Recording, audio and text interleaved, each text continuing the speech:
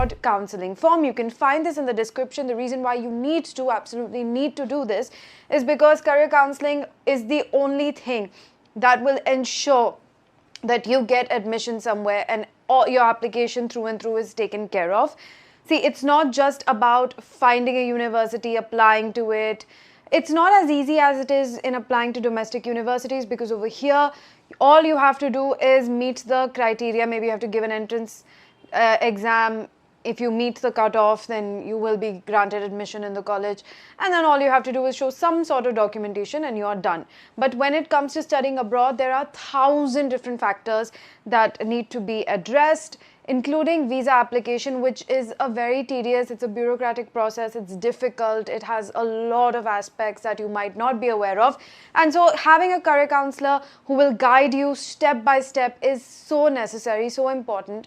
This kind of mentorship and guidance is often paid, and it is in the expensive range. But Vedantu is offering this to you guys for free right now. You're the lucky first ones to be getting this for free. It's going to become a paid service very soon.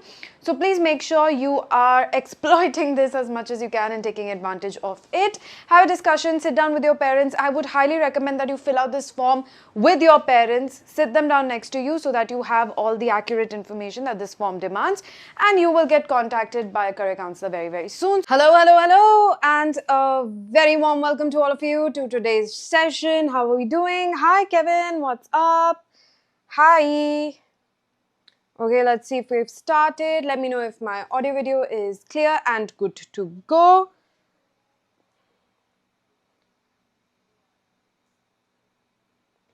Okay, great. While I wait for everyone to join in, let me just set the agenda for today's class. The class is going to be a listening test live solving. So we've done a speaking test live solving already.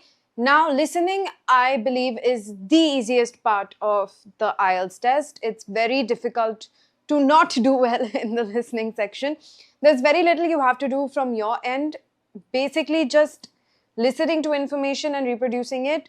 The only problem here is losing your focus, getting distracted, having a bad attention span. That is the only thing that can hurt you when it comes to the listening part of the test, okay? Hi Jitin, hi Archit, hi Zara, hi Sukh, hi Manoj, hi Aryan. Okay, great. So without further ado, I think we should get started. Now, just a very quick reminder that in the listening part of the IELTS, you have 30 minutes, okay? You have 4 recordings, okay? Out of this, 2 are going to be conversations. So 2 people talking, and 2 is going to be like a speech, instructions, basically 1 person talking.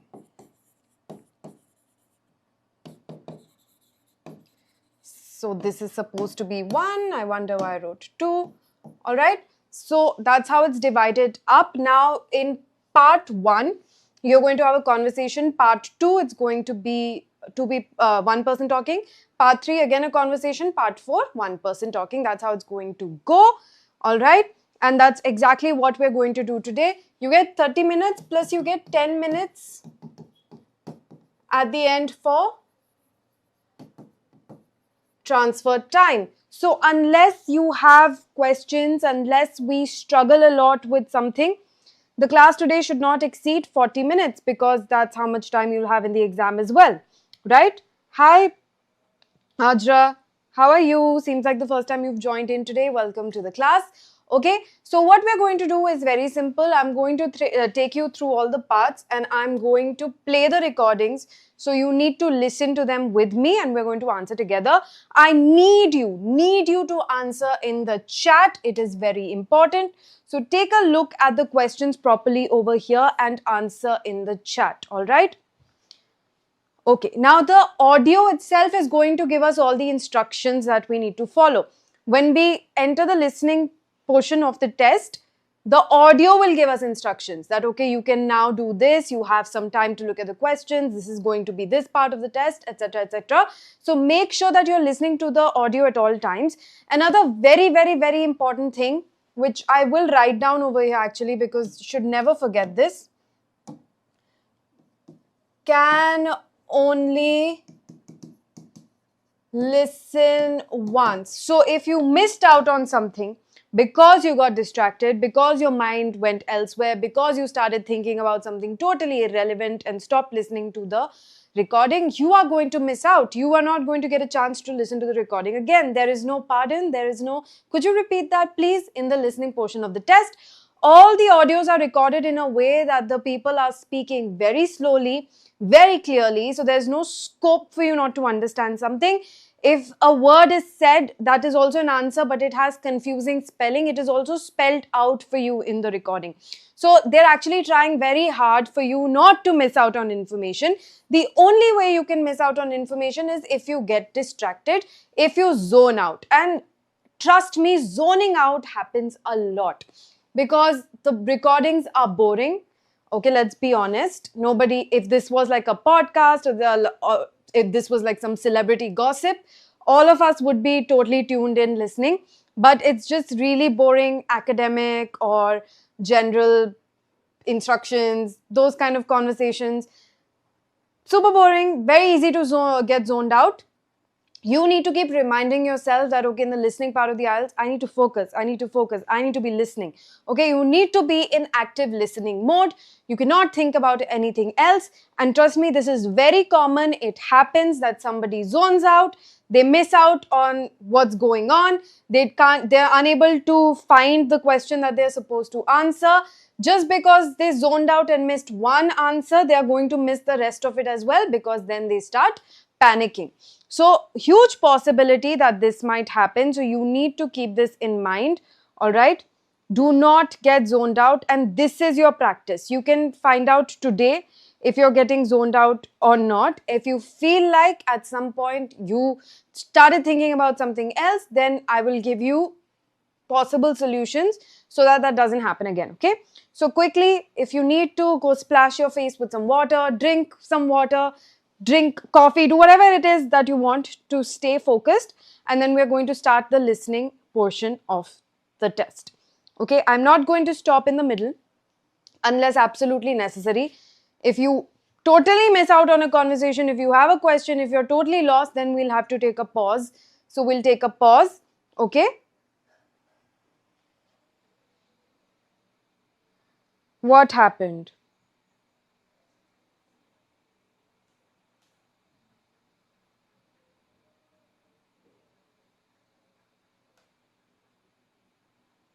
Okay, should we get started? When I see thumbs ups or okay or let's get started, anything of that sort, any indicator that we're good to get started, I'm going to play the first recording. Okay?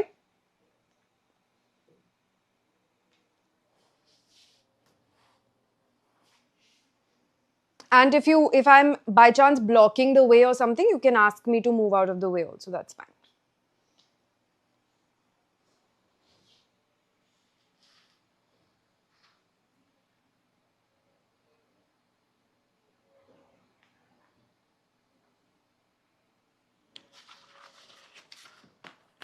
Okay.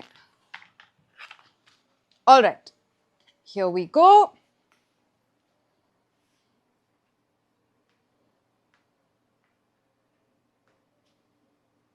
Test 3. You will hear a number of different recordings, and you will have to answer questions on what you hear. There will be time for you to read the instructions and questions, and you will have a chance to check your work.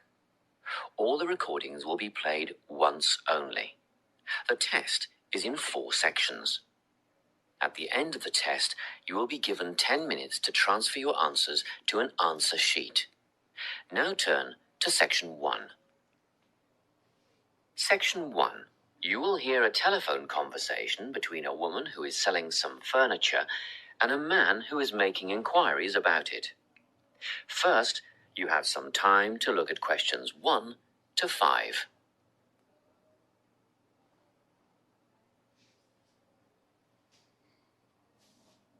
These are questions 1 to 5. You have time to take a look at them. So use this time to look at the questions. Okay?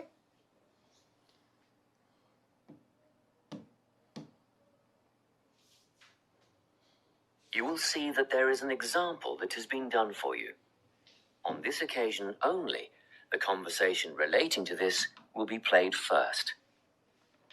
Hello, Carolyn speaking. Hello, my name is Lincoln Faraday, and I'm ringing to see if you still have the bedroom furniture that you advertised for sale. Yes, there are 3 items left. 2 bedside tables and a dressing table.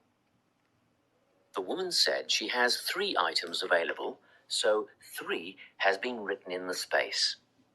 Now we shall begin. You should answer the questions as you listen, because you will not hear the recording a second time. Listen carefully and answer questions 1 to 5. Hello, Carolyn speaking. Hello, my name is Lincoln Faraday, and I'm ringing to see if you still have the bedroom furniture that you advertised for sale. Yes, there are 3 items left. 2 bedside tables and a dressing table. Oh, good. They're just the items I'm after. Tell me, what's the construction of the bedside tables? I mean, what are they made of? Well, they're a matching pair and they're made of wood. But the wood has been painted. It's not brown anymore. It's been painted cream. I see. Each table has a shelf and 2 drawers. Oh, and the drawers have square brass handles. Quite modern and quite nice, really. And what about the dimensions? Well, each table is 50 centimetres wide. That's good. Much bigger than that, and they wouldn't fit beside my bed. I live in an apartment where the bedrooms are quite small. What I really need to know is how tall they are. You see, my bed's quite high. 65 centimetres high and 45 centimetres deep. Thanks. Just a couple more questions about the bedside tables. What condition are they in, and how much are they? They're in perfect condition. There isn't a mark on them. I had them painted professionally, you know, so the finish is much better than you'd normally expect. As for how much, I think £15 each would be fair, but I'll only sell them as a pair, so that's £30 all up. Before you hear the rest of the conversation, you have some time to look at questions 6 to 10.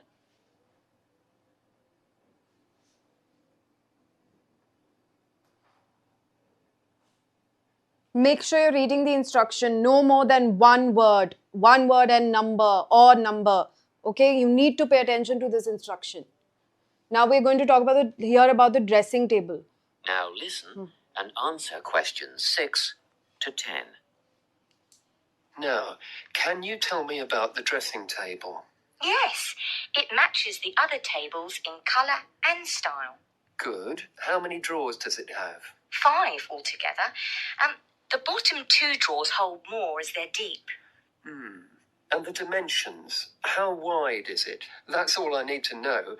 It wouldn't be more than 1.5 meters, would it? Well, just under actually. It's 1.25 metres across. Does it have a mirror? 3. Sorry? It has 3 mirrors, you know, a central one and a narrower one on each side. And they're all adjustable. I see. And the overall condition of the dressing table? Well, it has a couple of scratches on the surface, but it's still in good condition, so I'm asking £50. Could I call round and have a look later today? What time were you thinking of? In about half an hour. Oh, yes, that's fine. By the way, my name is Carolyn Klein. It's on the gate at the front of the house. Klein. Is that Kline? That's right. And I live at 19 Domain Road. Did you say the main road? No, Domain. Domain Road. That's just off Ashgrove, isn't it? Yes. See you soon then. Yes, in about 30 minutes. That is the end of section 1.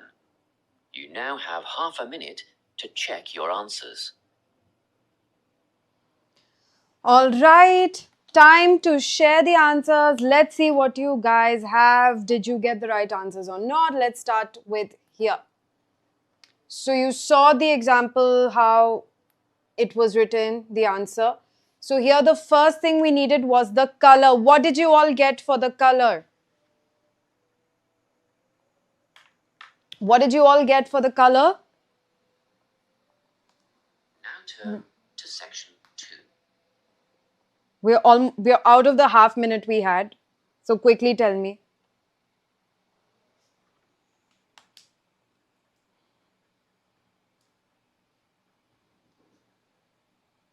All right, great, Manoj. Cream.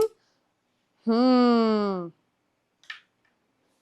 I'm asking about the bedside tables one. The color, everybody got it, was cream. Good job.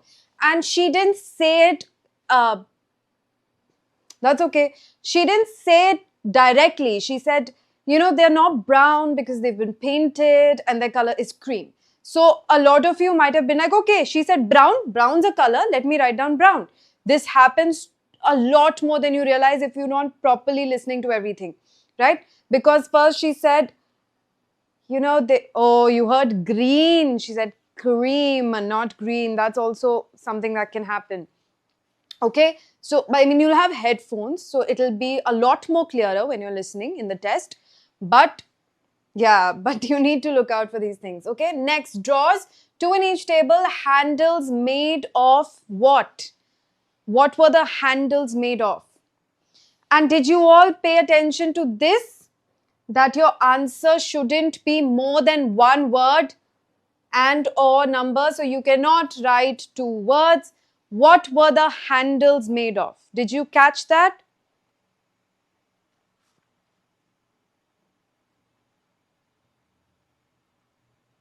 Nobody?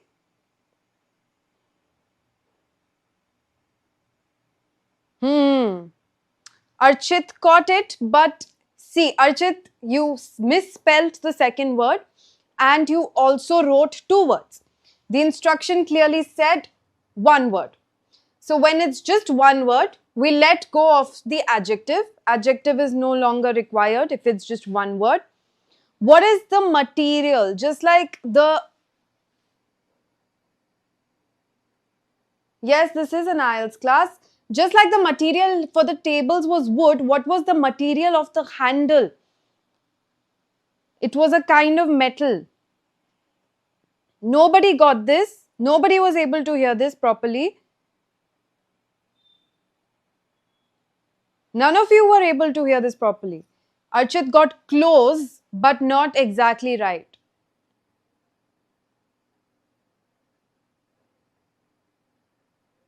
Nobody got it. Now you won't get this chance in the IELTS. I'm just doing this for you. 2 bedside tables and a dressing table. You should answer the question. Yes, there are 3 items left. My table. Painted cream. I see. Each table has a shelf and 2 drawers. Oh, and the drawers have square brass handles. Quite modern and quite nice, really. And what about the dimensions? Well, each... Did you hear that? Brass. Are you not aware of what brass is? Bronze is close, but have you never heard of brass? It's a very common material that is used. It's a very common alloy that is used to make stuff like handles. Okay, it could be like cupboard handles, drawer pulling handles. It's very commonly used. Okay, so material here was brass. It wasn't bronze, it was brass. What about the next one? I have all the answers written down. I was doing it simultaneously. What was the answer for the next one? Height was... So first, the lady shared the width. They spoke about the width for a very long time. But then the man was like, I don't care about the width. I need to know how tall it is. Tall is related to height. So how tall was it? Very good, Zunera. Great job, Jitin, Archit. Archit? 50? Archit, did you use the width as or something else as the height? It was 65 centimeters. Archit, do you want me to play it again for you? Or did you just zone out as expected? Because a lot of people zone out. Did you zone out? Is that what happened? Yes, very good. Sritam. Kevin, finally you got a right answer. Congratulations. Zara, great job. Next, Condition. What was the condition like? She specifically used one word to describe it. What was that word?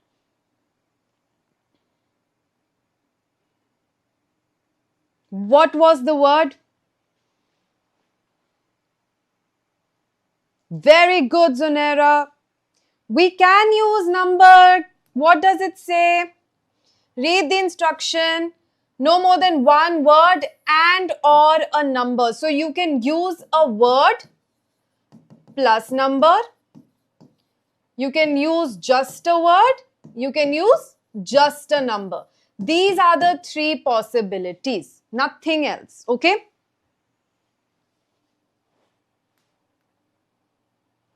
So a word and a number in combination is also fine.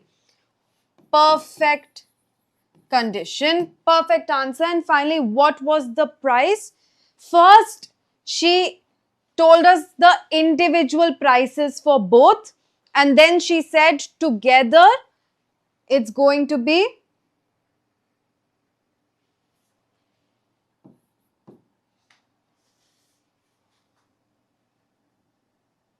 very good. So please learn the symbols, okay? Pounds, dollars, know the symbols so that you can write the symbols, okay?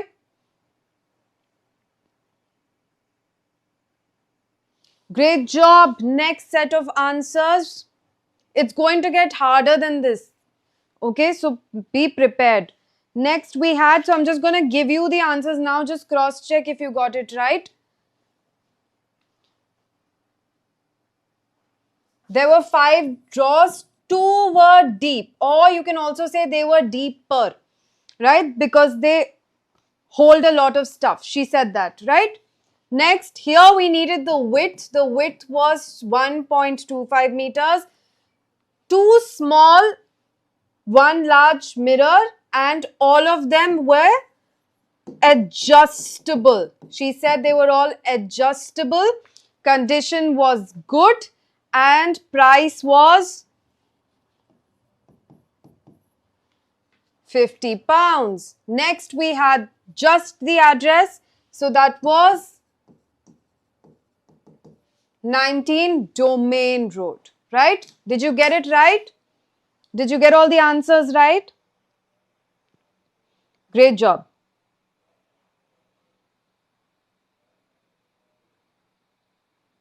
Fab work. Now we have to get better. Okay? No more mistakes allowed, and it's going to get harder. Okay? So be prepared. The domain one, accidentally I changed the slide very last minute, but still because she spelled out the word, we had time for it, right? That's okay, Kevin. We will make up for it in part 2. Okay, let's look. Part 2, the reason why I'm showing this to you first, it's going to be more complicated.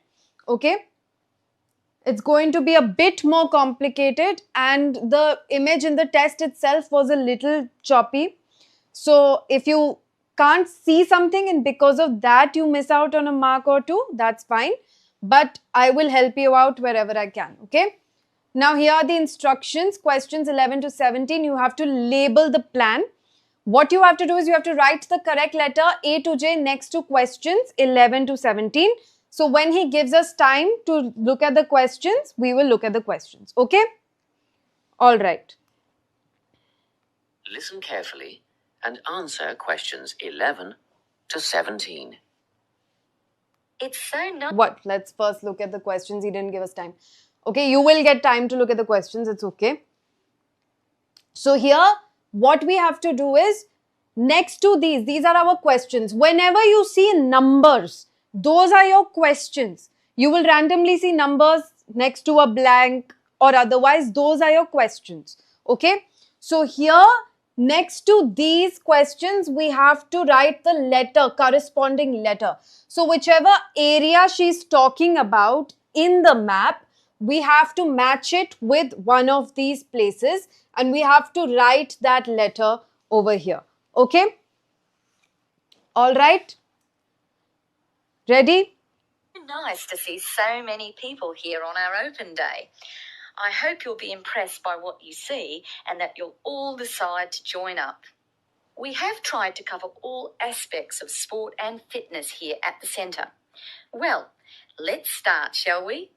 As we're standing here at reception looking down the long corridor, you'll notice the car park on your left, where most of you have parked, asks you to reverse into the parking spaces for safety reasons. Also, this morning, a couple of keen potential members rode their bikes right in through the door instead of leaving their bikes outside there on your right where the secure bike stands are.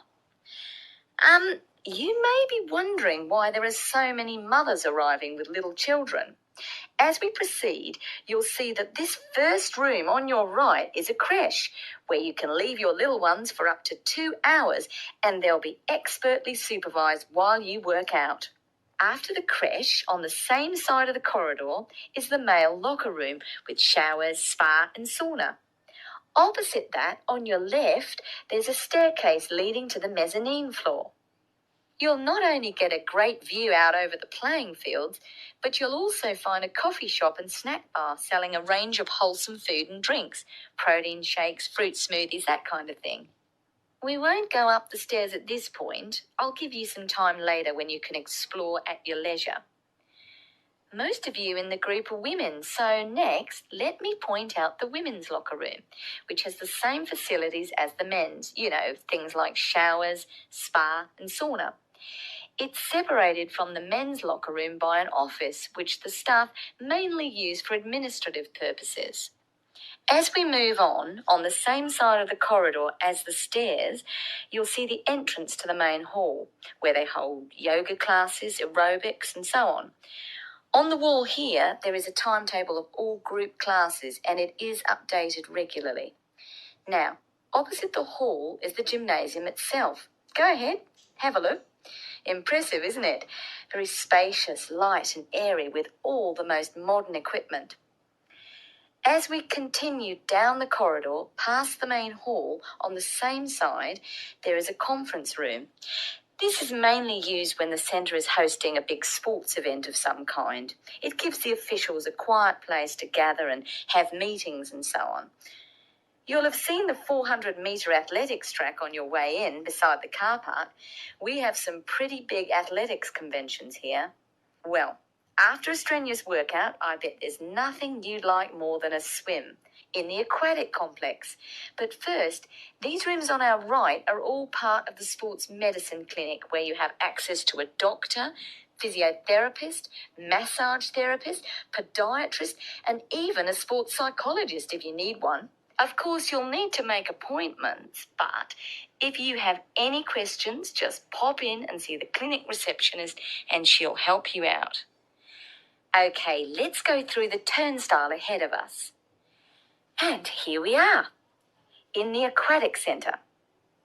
Turn left, past the pool shop where you can buy or hire goggles, swim caps and such like, and we're outside, poolside. Beautiful, isn't it? Especially on a day like today. Go on, dip your toes in the water, and if that's not warm enough for you, then I'll take you to the indoor pool, which is less than half the size, but heated to 32 degrees. Let's go back past the pool shop and through the double doors to the indoor pool. Well, that's all I have time to show you. Let's go back to the reception area, and if you like, we can run through some details about opening hours, membership, and so on. Before you hear the rest of the talk, you have some time to look at questions 18 to 20.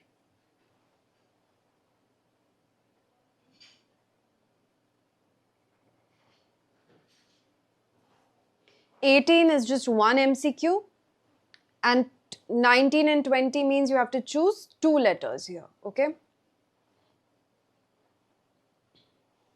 Now listen and answer questions 18 to 20. Now, in this brochure, you'll see the opening hours.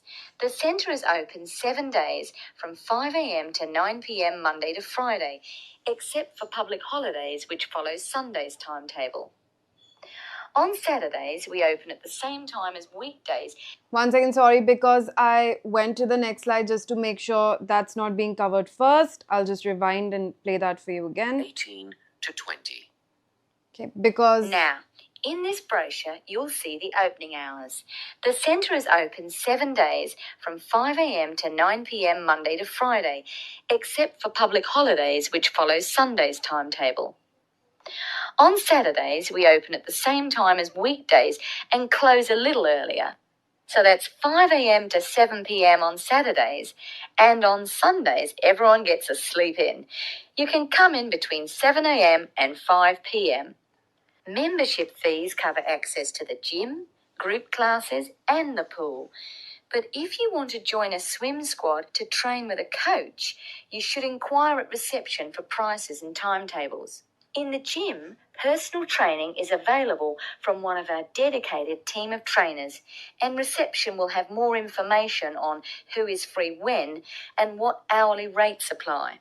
However, there is always a certificated instructor on hand in the gym at all times for advice and help. And once your membership is paid, you are entitled to a free health assessment, and you'll get a program designed to meet your own particular needs. You'll need to book a time for this with the gym instructor. Now, if you're a mum or dad... Now, again, just for your benefit, I'm going to rewind that a little bit because I changed the slide right as she was talking about the membership fee. More information on who is free when and what hourly rates apply. But if you want to join us, come in between 7 a.m. and 5 p.m. Membership fees cover access to the gym, group classes, and the pool.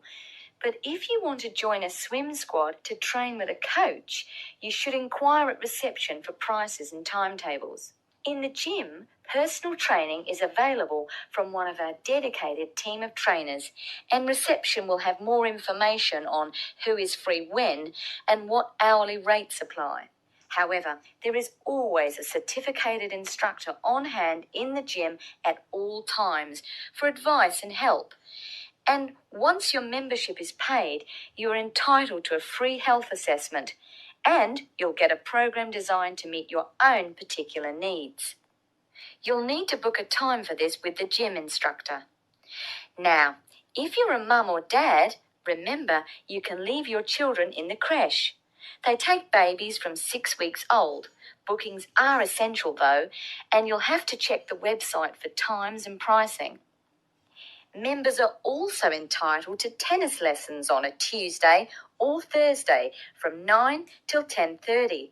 But bookings are essential, so ring Natalie. Her number is here in the brochure to reserve a place. Well, I think that's it. Any questions? That is the end of section 2. You now have half a minute to check your answers. Okay, so that was section 2. Because of, see, when you're doing it on paper, you have it all in front of you in one sheet of paper. Because these were slides, I had to maneuver a little bit, and so you might have missed out on something, but still, I think should have been able to figure this out. How difficult did you find this? Did you think this was very difficult?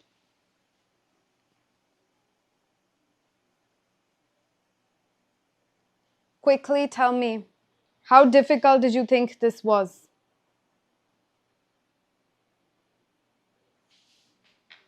I don't think it was that hard. It's just that it's the medium. It's like, because I was changing slides, you would have gotten a bit confused. I understand that. Okay? All right. So did you get all the letters? Now here the biggest problem was following the map and making sure that when she's on the left, you're on the left, and when she's on the right, you're on the right. There are some indicators. What were the indicators? The indicators were, this is the car park, this is the mezzanine, this is the turnstile, this is the indoor pool. So the things that are already marked will help you understand where you are. Okay? Now, how did she begin? She began by saying, okay, you walk in through the reception. A lot of you drove in today, so you must have parked your cars in the car park.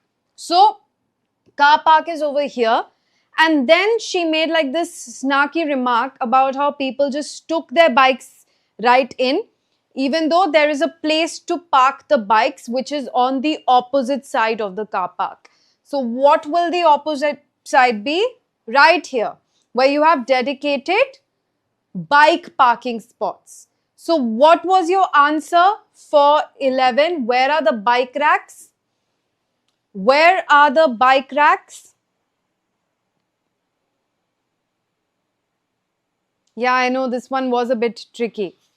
The bike racks are over here. So your answer would be J. Then she said there's a creche, and right after the creche, if you keep walking, there's the men's locker room. So your answer here would be I. Then she's like, let's go to the opposite side. So if you're going to the opposite side, you come here where the mezzanine level is, and there she talks about finding coffee and snacks and whatever. So that is your cafe. Then she's like, now let me take you back to the women's locker room. How did she explain this? This was a bit confusing. She's like, the women's locker room has the same facilities as the men's locker room, and it's on the same side. But obviously, you have to separate the men's locker room and the women's locker room. And she said the men's and women's locker room is separated by the administrative office. So if this is the men's locker room, this somewhere here is the women's locker room, there is one room separating it, then this should be H. Okay. Then she took us back to this side, spoke about this entire room where you do a bunch of things. And like, if you keep walking down that same area, and on the left side, you will find a conference room. So conference room was B. Then before she took us here, she took us to the right side, which was where all your sports medicine clinics were, where she went on and on about the kind of doctors you will find and the kind of treatment they'll do. Okay. And finally, over here, when you go through the turnstile, there is a pool shop, which is A. So this was how you were supposed to mark your answers. Now, did you get a lot of these right? She spoke, G is supposed to be the women's locker room. Okay, but that's not a question. So we don't need to do anything with this number. G is supposed to be the women's locker room, but because that was not a question, we can just ignore it, right?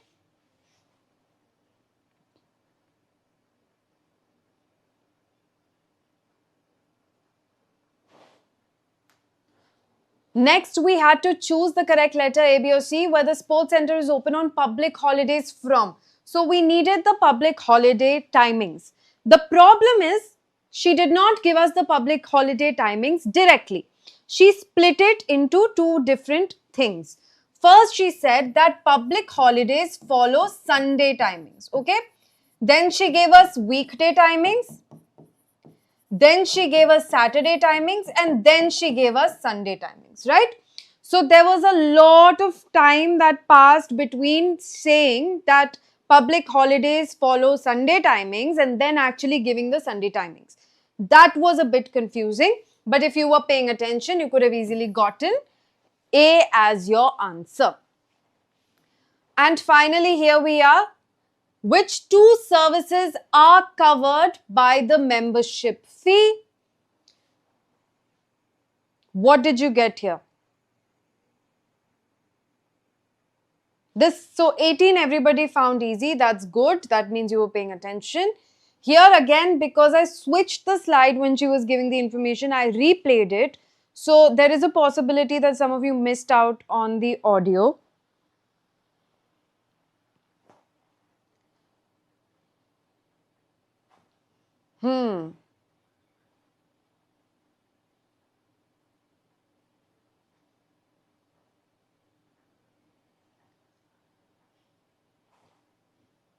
Lots of conflicting answers over here. Lots of conflicting answers. Okay. Lots of conflicting answers, so I'll give you another chance. What? To train with a coach? You should. 18 to 20. Now listen. 7 days from 5 a.m. to 9 p.m. Monday to a little earlier, p.m. Membership fees cover access to the gym, group classes, and the pool. So she said 3 things. Membership fee covers access to gym, group classes, and the pool. None of them are options. So obviously now we need to look out for more information. Okay? But if you want to join a swim squad to train with a coach, you should inquire at reception for prices and timetables. In the gym, personal training is available from one of our dedicated team of trainers, and reception will have more information on who is free when and what hourly rates apply. However, there is always a certificated instructor on hand in the gym at all times for advice and help. And once your membership is paid, you are entitled to a free health assessment, and you'll get a program designed to meet your own particular needs. You'll need to book a time for this with the gym instructor. Now, if you're a mum or dad, remember you can leave your children in the creche. They take babies from 6 weeks old. Bookings are essential though, and you'll have to check the website for times and pricing. Members are also entitled to tennis lessons on a Tuesday or Thursday from 9 till 10:30. But bookings are essential, so ring Natalie. Her number is here in the brochure to reserve a place. Well, I think that's it. Does that make sense now? So all of you who picked A and B, those 2 things are not included in the membership. Because that's the first thing she said. What did she say? That once you pay your membership fee, you get group lessons, access to pool, and she said one more thing that is not a part of this list. Right after that, she mentioned swim squads. But even after saying swim squads, she immediately said that you can figure out the price for this at the reception. Now, if this was included in your membership fee, why would you have to find out the price separately? Would you need to find out the price separately? No, right? And then same thing with personal training. She said personal training is available, but you have to pay for it. So off the bat, you have eliminated both these options. Now program design is given to you, but is that a service? So now you're left with 3 options. All 3 parents get child minding, so they have a creche available. You're also entitled to tennis lessons. Entitled to tennis lessons. So that means that's also free, right? So now if you are stuck between these 3 choices, all of them seem to be included in the membership fee. Which 2 are actually services?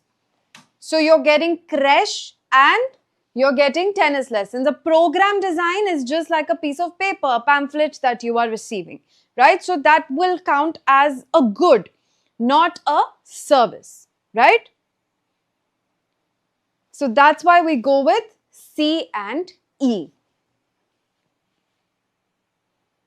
not D, E. Okay?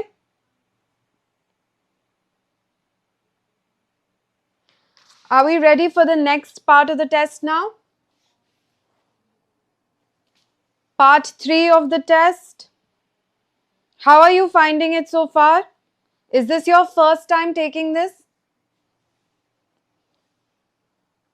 Shandilia, you'll have to find out from your university. Okay, are we ready? So part 3, here we have to complete notes. What does the instruction say? No more than 2 words for each answer. So you can write 1 word, you can write 2 words, but you cannot write 3 words. Okay? Clear? You have to complete notes from 21 to 25. These are the notes. So now here you're filling in the information yourself. All right?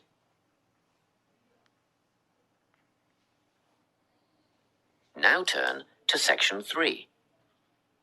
Section 3. You will hear a conversation between a research student, Jeremy, and his supervisor. They are talking about the process of having a research project published in a journal. First, you have some time to look at questions 21 to 25. Use this time, look at the questions. You're making a checklist to get your research paper published. So look out for the keywords. Answers can be 2 words also, don't have to be just 1 word, okay?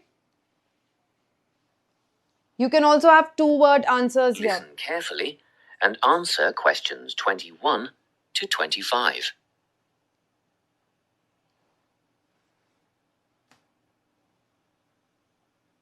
So, you're nearly ready to submit your article to an academic journal, are you?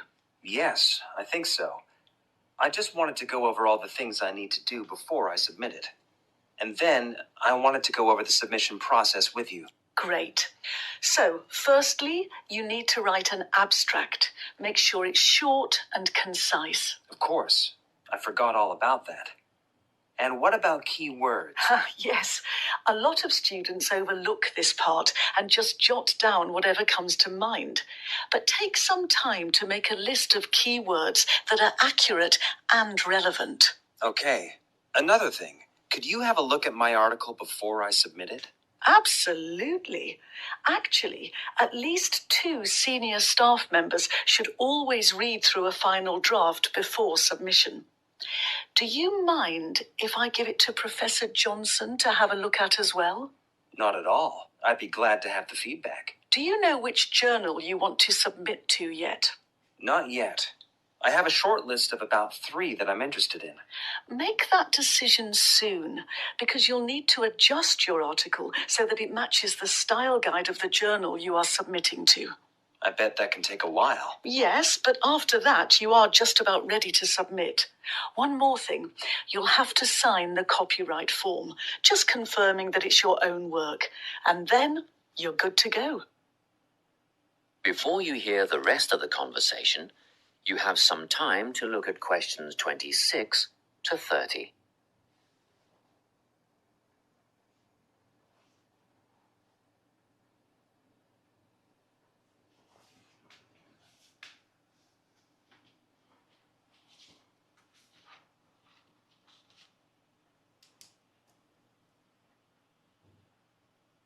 Now listen and answer questions 26 to 30. Now, the submission process. How does it work exactly? Well, the first thing is to just send it off. You've got to send in the manuscript before anything else can happen. Sure. And then should I call to check if they have received it? No need for that, no. All you have to do is just log on to your email regularly, because you will get a submission confirmation once they have processed the manuscript. And that will have comments on what they thought of it. No comments yet. That email is just to let you know they have received it. The next stage is what is known as peer review. This is when experts in the field review your manuscript and decide whether to accept it. They'll never accept me. I'm only a master's student. Don't worry about that, Jeremy. It's all done through a double-blind method. That means that whoever reads your manuscript has no idea whether you are a grad student or a Nobel Prize laureate. They'll only be judging your work, not you. Well, that's good to hear. And then what, once they've made their decision? Well, there are 4 possible outcomes. You might get an acceptance, but a first-off acceptance is very, very rare. Don't pin your hopes on it. You could also get a rejection, but these don't happen very often either. I don't think this will be a problem. What do you think I'll get? If you're very lucky, you'll get a conditional acceptance. This means that they've accepted the article and it will be published, but you need to tweak a few things first. A sentence here, a heading there, nothing major. That sounds good. But to be honest, you will probably end up with a revise and resubmit. This means they are definitely interested, but you will need to rework the paper before it's accepted. The necessary changes will be outlined by the reviewers. Okay, So I just fix the things that need changing and present it again? Yes, but include a cover letter that discusses the changes you have made. The same goes for a conditional acceptance, actually. It helps the reviewers see that you've taken their criticism seriously. That is the end of section 3. You now have half a minute to check your answers. All right, that's the end of section 3. I think easier than section 2. What did you think? Yes, no, maybe? Let's see. So, first thing was write, and very easy answer here. It was said quite directly. So, no possibility of missing out on this.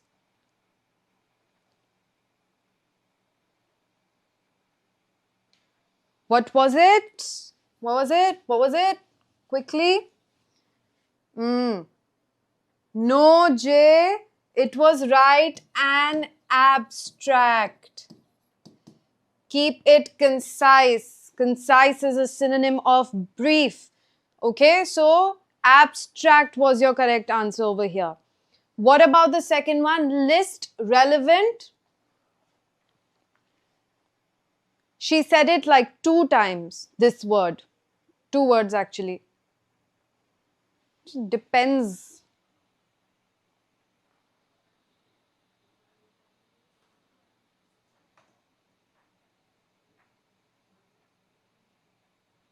Very good.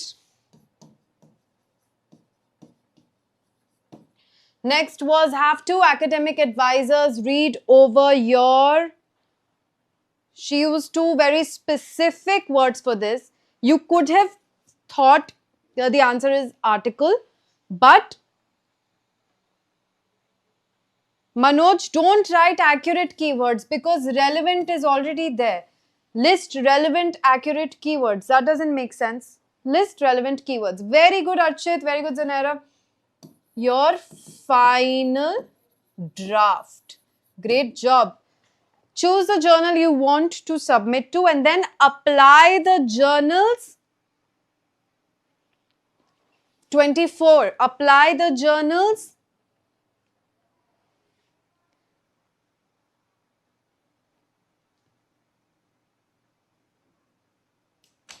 Oops. Did you catch this one?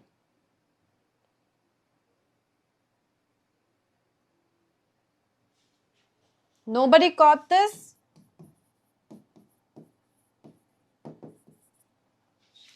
Style guide. Very good, Manoj. Great job.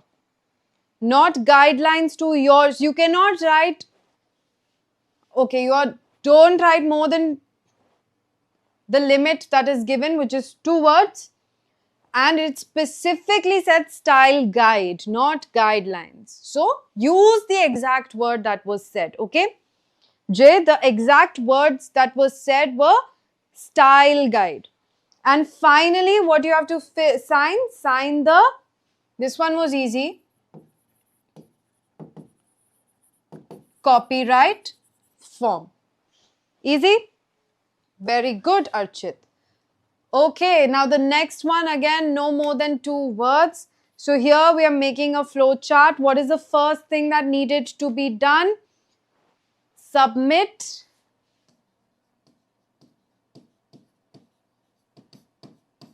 Manuscript. Right? Then you had to check email for confirmation. Confirmation of submission. Very good. Next stage was the peer review stage. There 4 possible outcomes could happen. First was acceptance or rejection. Next you had conditional acceptance or revise and resubmit. Then here revise and send back with a cover letter. Right? So, quite easy. Not peer review. See, Zara, here's where you need to make sure you know these terms a little bit. It is called peer review. So in the scientific community or any academic community, this is done a lot, where if you are submitting to an actual proper journal, okay, and the way you know that the integrity of the journal is maintained is if everything that is submitted in it is peer reviewed. So generally people of the same academic circle with PhDs in the same discipline or the same field will read whatever is written, and if they approve it, only then it can be finally submitted. Okay, this is called a peer review, not a peer review. All right, great, all correct. Wow, Archit, great job. Now let's see if you can get the last one all right. Okay, this is a summary. Write no more than 2 words for each answer. Let's get the recording.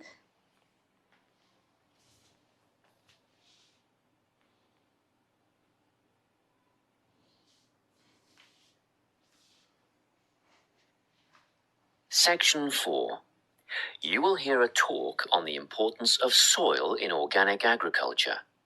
First, you have some time to look at questions 31 to 40. Oh no. Summary completion.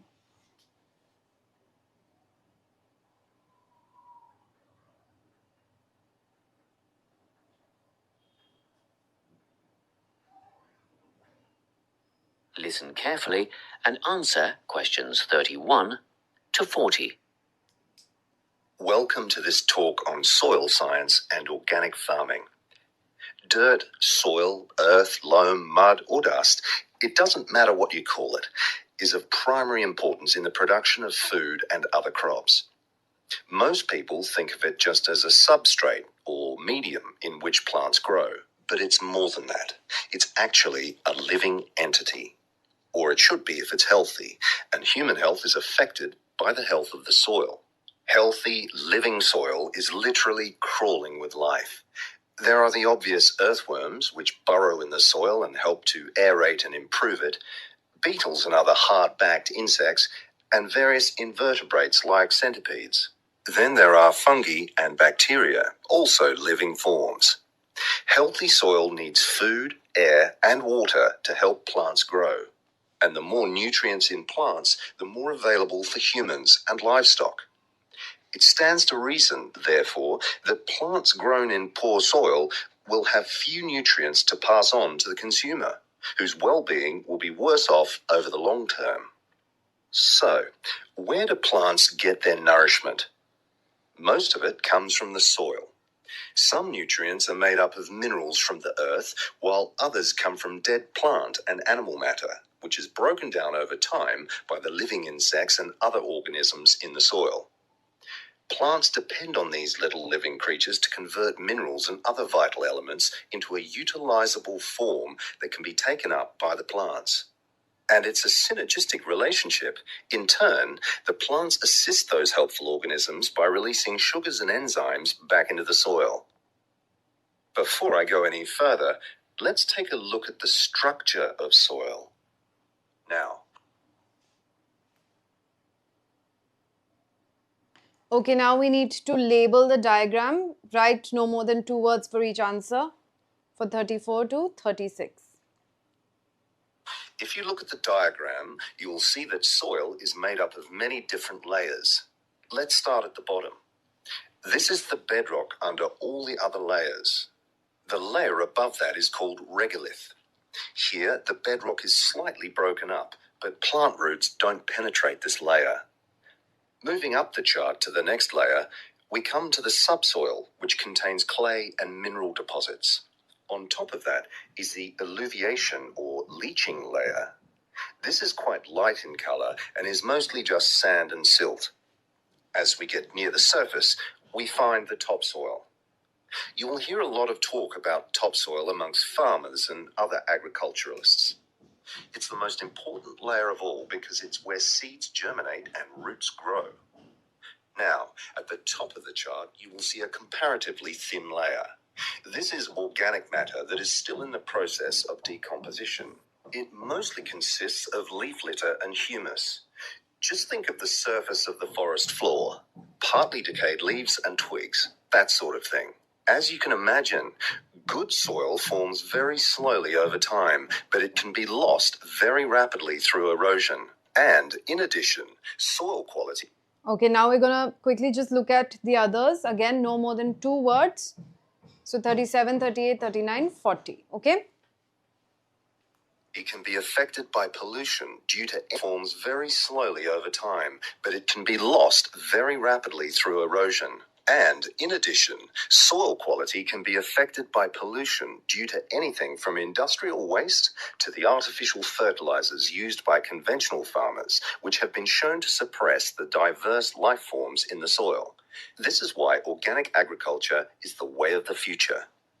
Let's take a quick look at the conventional system, which is often based on monoculture, the production of a single large crop. It relies on chemicals for fertilizer and pest control. It is also becoming an increasingly common practice to use genetically engineered seeds. And more chemicals are used to control insects and fungi, which attack crops in storage and during transportation. Also, did you know that there is no requirement for conventional growers to maintain records of their production practices? Organic growers, on the other hand, choose the most environmentally friendly options for dealing with pests and disease problems, working towards prevention in the first place. Some of the strategies they employ include alternating the crops grown in each field, as opposed to monocropping. Because different plants add different nutrients to the soil, by rotating crops, the soil is naturally replenished. This can do away with the need for pesticides, because the problem insects' life cycles are naturally interrupted.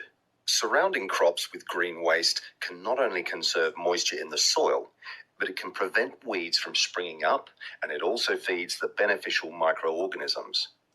When it's ploughed under, it feeds the soil by building more organic matter.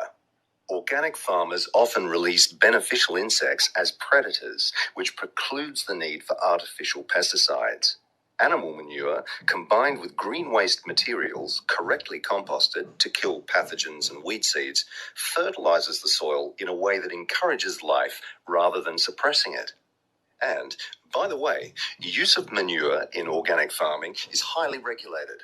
In fact, all agricultural inputs are evaluated for their long-term effects on the environment, regardless of whether they are synthetic or natural. To sum up, organic farming is the only sustainable way of feeding the people on this planet. I'm just going to stop the recording there because we're done with our answers. So, do we have everything? How was this? Was it easier? Was it more difficult? What did you think?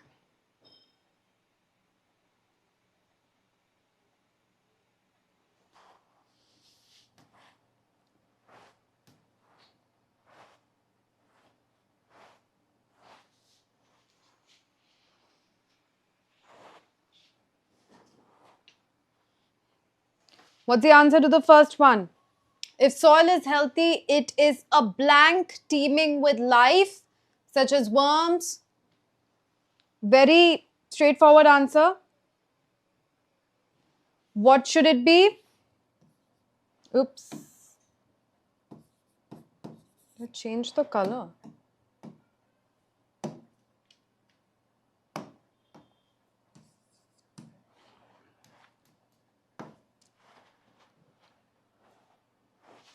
What did I do? Okay.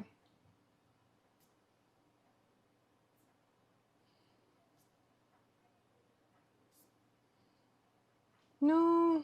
Okay.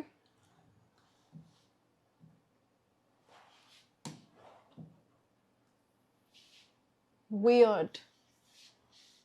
Sorry. Here we go. Living entity should have been your answer. Very good. Great job. No, you don't say if soil is healthy, it is a living soil. I think he very clearly said living entity. So instead of repeating the word soil again and again, living entity becomes a better answer, right?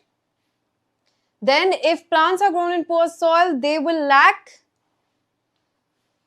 Again, an easy answer here. Nutrients and human health will suffer. Plants are nourished by organic matter, blank, and other essential elements. What was the answer here? Yes, very good. Great job, everyone.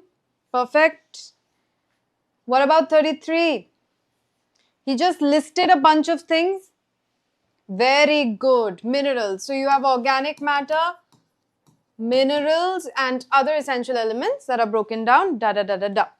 Then we had to label the diagram. Layers of soil, not more than 2 words. So now this started at the bottom. We went from bottom to top. So if you got confused, you still had these in the middle to help you realize that you are going in the wrong direction. What was 34? Bedrock. This was quite easy actually. Subsoil and topsoil, right? Bedrock, subsoil, topsoil. Oh, Kevin, that means you must know about the layers of soil because you studied it. That's great. So you retain information. That's very good. And then we had to complete the notes about the problems that soil is facing in general, which is erosion, number 1. Second was pollution from various sources, including chemical fertilizers. Then we had 2 farming methods. First, we spoke about conventional farming methods. Coming down to 38, synthetic fertilizer and chemicals are used for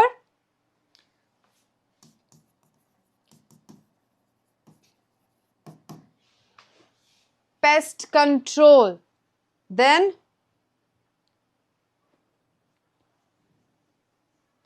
so industrial waste was cited as one of the sources of pollution. So just like erosion is a problem, pollution is a problem. The industrial waste and use of chemical fertilizers are various sources of pollution, right? And again, there is no need of documentation for very good production practices. And then we just had one question here, but he spent a lot of time talking about crop rotation. So that's done on purpose. The reason why he spent so much time talking about these things is that the listener will zone out and will miss out on the relevant information that they're looking for. So until you have answered all of your questions, don't stop listening. What was the answer for 40? Use of insects as natural what?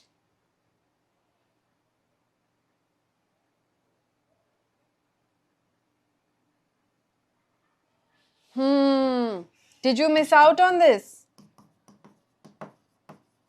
Natural pesticides, which is why you don't need artificial pesticides for organic farming. All right? These insects eat the pests. They are predators. So you use predator insects to get rid of the pests. Okay? That brings us to the end. It's okay if you got 1 or 2 wrong. This was your first time and you did a fab job. Most of you gave correct answers. When you're listening through headphones and when it's in a paper or in a computer screen in front of you, it will become a lot faster and a lot easier. So if you were able to do this process, then you will definitely be able to do that process, because here you're listening to me, you're watching what's on my screen, and you're answering questions. There you are completely focused because there's a paper in front of you, there are headphones, nobody else, right? Here, there might be people in the chat distracting you. In the test, there is nobody in the chat distracting you. So if you can do this in this environment, then you can definitely do it in the test. Not so hard. There might be situations where sometimes they say a word that you're not aware of. For example, the peer review thing.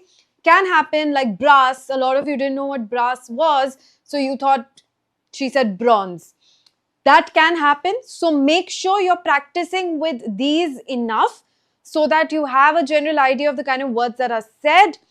And to improve listening comprehension, we'll do a very another session very soon where I'll just give you tips and tricks, and we'll keep practicing like this also, so don't worry. Once we're done with all the sections, we will revisit and we will do more tests together to improve our speed, accuracy, all of that. Kevin, that's just 6 marks in the listening test. For your overall band, you need to do all of the tests, right? See, you can easily get band 8 in listening because at most you're getting 2 answers wrong, right? At most. That too because of a silly mistake or a silly error. Otherwise, if you're paying attention, then I don't think any of you should have trouble answering the questions. The only issue is genuinely zoning out, not listening, not paying attention. Because sometimes the information is given in a convoluted manner, like the public holiday, Sunday information, right? It's not given directly. So for that, you need to make sure you're listening carefully, all right? Abroad counseling form, you can find this in the description. The reason why you need to, absolutely need to do this is because career counseling is the only thing that will ensure that you get admission somewhere and all your application through and through is taken care of. See, it's not just about finding a university, applying to it. It's not as easy as it is in applying to domestic universities, because over here, all you have to do is meet the criteria. Maybe you have to give an entrance exam. If you meet the cutoff, then you will be granted admission in the college, and then all you have to do is show some sort of documentation and you're done. But when it comes to studying abroad, there are 1,000 different factors that need to be addressed, including visa application, which is a very tedious, it's a bureaucratic process, it's difficult, it has a lot of aspects that you might not be aware of. And so having a career counselor who will guide you step by step is so necessary, so important. This kind of mentorship and guidance is often paid, and it is in the expensive range.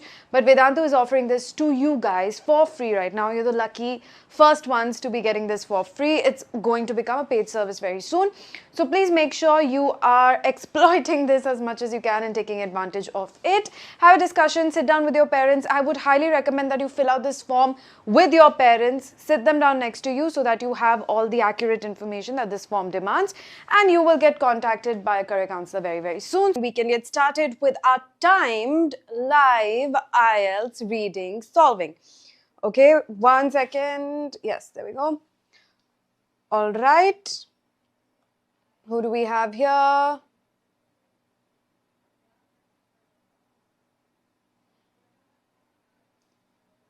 Come on, join in everyone.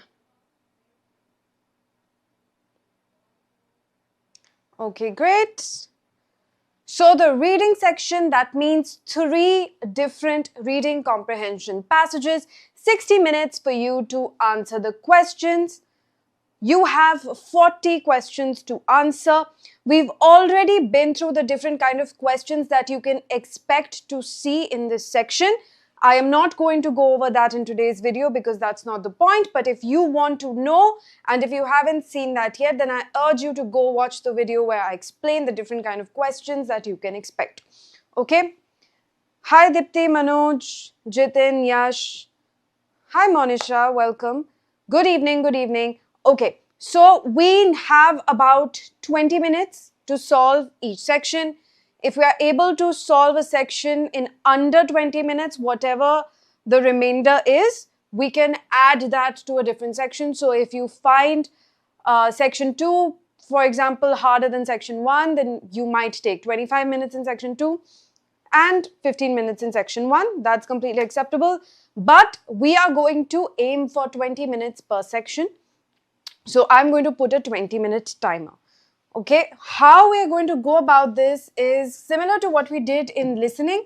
You need to answer separately. And then we will go over the answers together and whether or not you got them right. Okay, so you need to turn your test mode on again a little bit. You need to make sure that you are in an environment where there's no one disturbing you, there's no one nagging at you, there's no one calling you out to do something. Okay, lock your doors, whatever it is that you need to do, throw your phone away. 60 minutes, you are going to pay attention, you are going to be in test mode so that you can do this in a timely fashion. I've said this many, many times and I keep saying it again and again. If you do not time yourself and if you do not understand the stress that time limits put on you, you will not perform well in the IELTS, because anybody can ace this reading section if they have all the time in the world. I'll give you 5 hours, you will get all the answers right. This is about reading under pressure, reading when you don't feel like it, reading when you're sleepy, hungry, cranky, in a bad mood, in a really excited mood, whatever it is. It is reading under all circumstances and training your brain to not wander off and focus on other things. This is why every time you practice the reading comprehension section, it has to be timed. If it is not timed, you are wasting your time. Okay? Hi, hello Jitendra. Hi Archit, Deep, Zara, Radhika. Who are you? Who? I would like to know. Okay, so we're going to get started with section 1. This is the first section of your IELTS reading test. You should spend about 20 minutes on questions 1 to 13, which are based on reading passage 1. Okay, so what we'll do while reading is that I won't read out loud unless you want me to read out loud to keep time. You can let me know how that is, whatever works for you, because this medium is a little different. Okay, I don't want to do the entire video in silence, so I feel like I should read out loud. I will also annotate. You can take notes. What you can do is whatever you think is important, take notes. I'm also going to send you the reading comprehension passage, the link, the British Council link that this is from. Okay, this is their test number 2. You can open that link, and if you think that you would rather do this self-paced and not at my pace, then you can choose to do that as well. Okay, so just give me 1 second.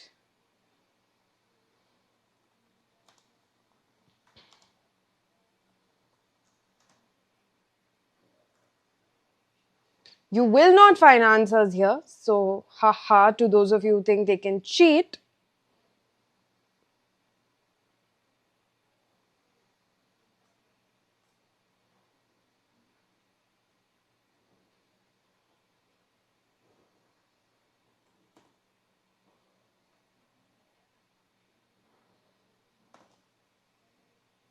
Okay, here's the link to the passage. Okay,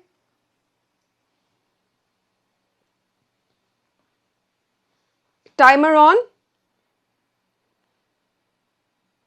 Next class is tomorrow at 5. Give me a thumbs up as soon as you've opened the link, you've all found the passage that you're going to read, and then don't start early thinking, oh, I'll get a head start. Like I said, the timing is important for you, not for anybody else. You can impress everybody in this live chat right now, but that means nothing if you don't get a good band score in your actual IELTS test, right? So let me know when you have opened the link and you are ready to start. If you would rather read with me, you can read with me as well. All right?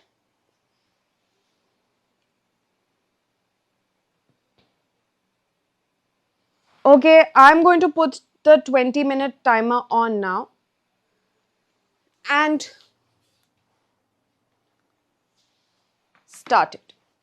You can mute me if you get distracted. Okay? Abba at the Folies, one of the most critically renowned paintings of the 19th century modernist movement, is the French painter Edouard Manet's masterwork Abba the Folies, originally belonging to the composer Emmanuel Chabrier. It is now in the possession of the Couture Gallery in London, where it has also become a favorite with the crowds. All right.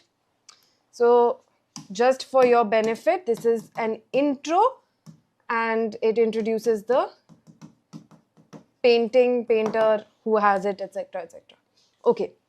The painting, I am wasting a lot of time doing stupid things. You don't have to do that, okay? The painting is set at late night in a 19th century Parisian nightclub. A barmaid stands alone behind her bar, fitted out in a black bodice that has a frilly white neckline and with a spray of flowers sitting across her décolletage. She rests her hands on the bar and gazes out forlornly at a point just below the viewer, not quite making eye contact. Also on the bar are some bottles of liquor and a bowl of oranges, but much of the activity in the room takes place in the reflection of a mirror behind the barmaid. Through this mirror, we see an auditorium bustling with blurred figures and faces, men in top hats, a woman examining the scene below her through binoculars, another in long gloves, in the feet of a trapeze artist demonstrating acrobat feats above his adoring crowd. In the foreground, in the reflection, man with a thick mustache is talking about the barmaid. Okay, so what is this? This is an explanation / description of the painting. All right, next. Although the Folie Bergère was an actual establishment in late 19th century Paris and the subject of the painting was a real barmaid who worked there, Manet did not attempt to recapture every detail of the bar in his rendition. The painting was largely completed in a private studio belonging to the painter where the barmaid posed with a number of bottles, and this was then integrated with quick sketches and the artist made at the Folies itself. So these are, okay, facts about how it was painted. Even more confounding than Manet's relaxed attention to detail, however, is the relationship in the painting between the activity in the mirrored reflection and that which we see in the unreflected foreground. In a similar vein to Diego Velázquez's much earlier work, Las Meninas, Manet uses the mirror to toy with our ideas about which details are true to life and which are not. Okay. In the foreground, for example, the barmaid is positioned upright, her face betraying an expression of lonely detachment, yet in the mirrored reflection, she appears to be leaning forward and to the side, apparently engaging in conversation with her mustachioed customer. As a result of this, the customer's stance is also altered. In the mirror, he should be blocked from view as a result of where the barmaid is standing, yet Manet has positioned him to the right. The overall impact on the viewer is one of a dreamlike disjuncture between reality versus illusion. Okay, I'll write that down. Reality versus illusion, explanation. Why would Manet engage in such deceit? Perhaps for that very reason, to depict two different states of mind or emotion. Manet seems to be conveying his understanding of the modern workplace, a place from his perspective of alienation where workers felt torn from their true selves and forced to assume an artificial working identity. What we see in the mirrored reflection is the barmaid's working self, busy serving a customer. The front-on view, however, bears witness to how the barmaid truly feels at work, hopeless, adrift, and alone. Okay, so this is like an explanation as to why he took that artistic choice. Ever since its debut at the Paris Salon 1882, art historians have produced reams of books and journals disputing the position of the barmaid and patron in a bar at the Folies. Some have even conducted staged representations of the painting in order to ascertain whether Manet's seemingly distorted point of view might have been possible after all. Yet, while academics are understandably drawn to the compositional enigma of the painting, the layperson is always likely to see the much simpler, more human story beneath. No doubt this is the way Manet would have wanted it. Okay, so intellectualization versus reality or simple. Okay. Here are our questions. Okay, we are good when it comes to time. For it, are we all done reading? I have posted the link. Are we all done reading? I've posted the link as under my personal ID, Asmita Singh. Okay. Now we're going to try and answer the questions really quickly. First, we have reading passage 1 has 6 paragraphs A to F. Which paragraph contains the following information? So we have to match the paragraph number with what kind of information it has, and we have to write the correct letters. Okay. So first one was a description of how Manet created the painting. Now because I took notes, I wrote it down. Okay.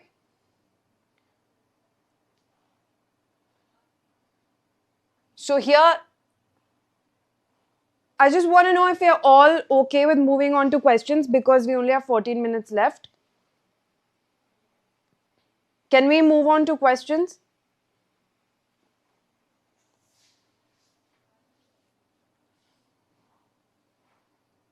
Quickly give me a yes because the time is still going and I know this is hard to coordinate. So can we move on to questions?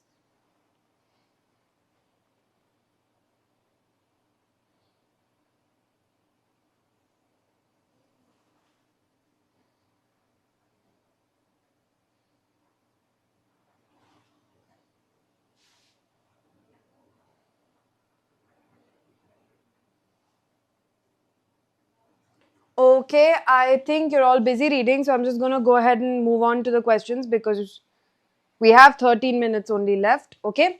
All right. So where did you think that there was a description of how Manet created the painting? You can see he started.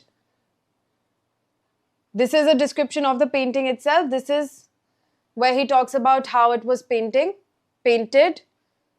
how this was an actual establishment. The painting was completed in a private studio belonging to the painter where the barmaid posed with a number of bottles.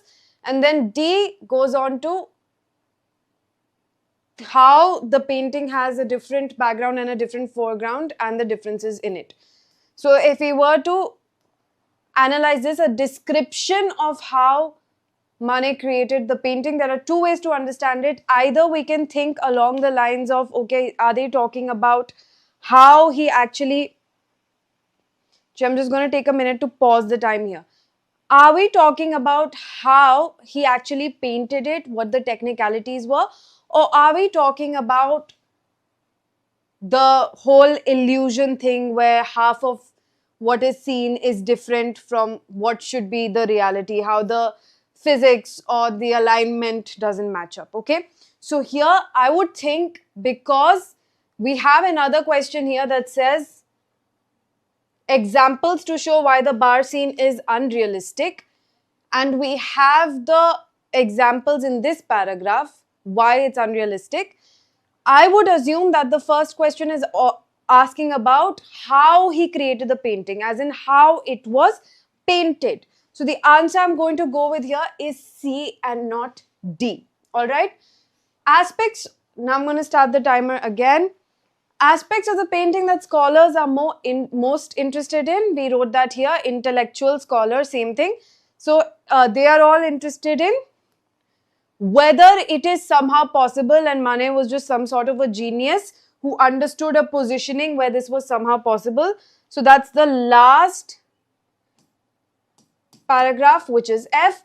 The writer's view of the idea that Manet wants to communicate. What is the writer's view that comes here in the explanation? Why this deceit? Why the deceit? Explanation. I had written that down. So what will be our answer over here? Answer will be E. This I've already told you is D. D has examples of why it is unrealistic. And finally, a statement about the popularity of the painting. Where is the popularity of the painting discussed? That we'll have to go back and check.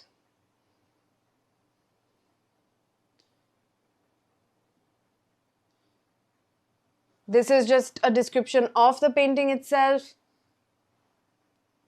One of the most critically renowned paintings, 19 favorite with the crowd. So description about the popularity obviously is with A. So that would be our final answers, right? Next set of questions. No more than 3 words. So we have a 3-word limit. Who was the first owner of a bar at Folly? This was written in the first paragraph. It was the composer. So Emmanuel Chabrier, right? So that will be our answer.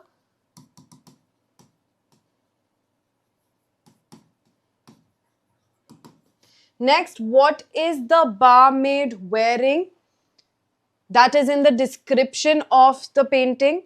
All right, so fitted out in a black bodice. So instead of saying black bodice with a frilly neckline, I think it should suffice to say that she is in a black Whoops. Bodice, right? Next, which room is seen at the back of the painting? What can you see at the back of the painting? Come on, guys, you need to answer along. Again, we need to come back to the explanation. What can you see? Sorry, the description. What can you see?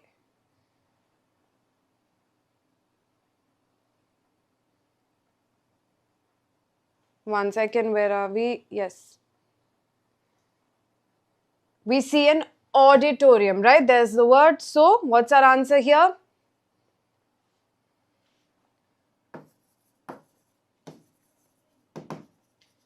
Who is performing for the audience? The barmaid. This is quite tricky because you might think the barmaid is also performing in some sense, because the entire paragraph talks about how she's not really into her work, and you can see she's just faking it. But we actually have a detailed description of who is performing for the audience. So let's go back to the description, and here we can see men in top hats, a woman examining the sea, another in long gloves, even the feet of a trapeze artist demonstrating acrobatic feats. Okay, so here the trapeze artist will be our answer. All right.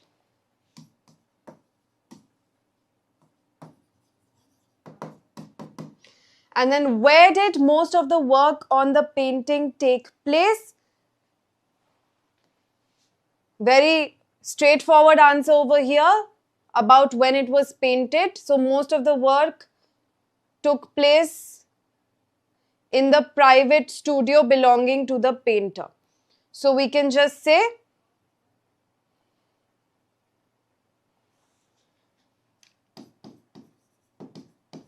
private studio, right? Private studio. Next set of questions. Complete each sentence with the correct ending A to F below. Write the correct letter A and F in boxes 11 to 13 for your answer sheet. So we need to find the correct ending for these sentences. So Mane misrepresents the images in the mirror because. Let's find an answer here. Why did he misrepresent? What would be our most appropriate answer here? He wanted to manipulate our sense of identity. So E. Mane felt modern workers were alienated because they. Why did modern workers feel alienated? Correct answer, because they felt they had to work very hard at boring and difficult jobs. So B will be our correct answer. And then academics have reconstructed the painting in real life because they. Why did they try to reconstruct the painting? Because, yes, they wanted to find out if the painting's perspective was realistic. So A. So this was the easiest of the three sections. That leaves us with 6 minutes on the clock. Okay, I'm going to stop now and tell me, were you able to solve these questions? Without cheating, of course, but you will not find the answers anywhere. And if you find answers on some random web page, there are chances that they are wrong because there's no official answer key here, okay? So quickly, we have 6 minutes left, but we will be a little hard on ourselves and we'll give ourselves 20 minutes. Plus, if we are not able to finish in 20 minutes, then 5 extra minutes for the next section. Bittu, अच्छी बात है कि आप 11th में हो. Why is that something you need to like flaunt? Unless you're asking a question. So, did you find it easy, tough? What was your reaction? Did you open the link? Were you able to read through the link? If you read through the link, you will see that it's actually easier to, because I am going back and forth on slides. For you, it's easy to go back and forth on the same page. So I would suggest you open the link actually. It will make your lives a bit easier. But was it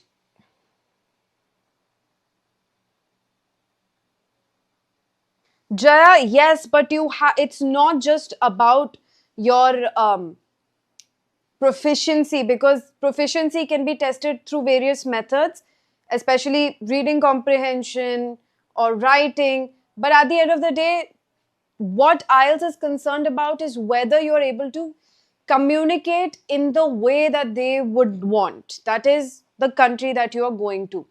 If you can communicate in the way that the native speakers communicate, if you can pick up on the things that they are saying, which is not always about correct, proper English, but could be more about colloquial, conversational English, right? So even if you have great proficiency in English, you obviously are like 20 steps ahead of everybody else, but you still need to prepare for the IELTS and you need to change your mindset a little bit, okay?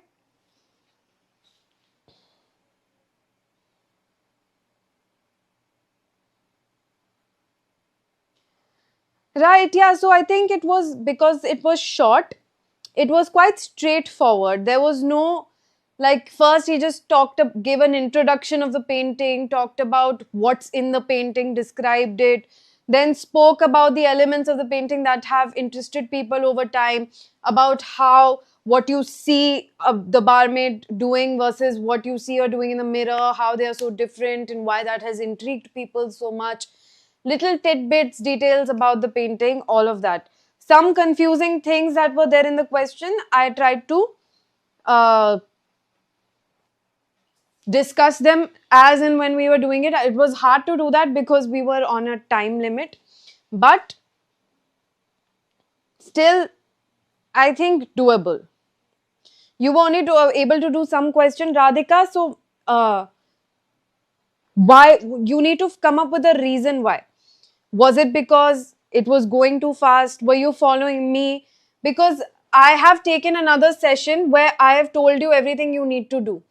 For example, underlining keywords, writing down what that passage is about. And multiple times I have told everybody that writing down what the passage is about is extremely important, because that's your shortcut. When we want, especially for the information questions, when we want to find out which passage had this information, then we don't have to read the passage again. We can just look at our keywords that we had written, that okay, this passage was about this.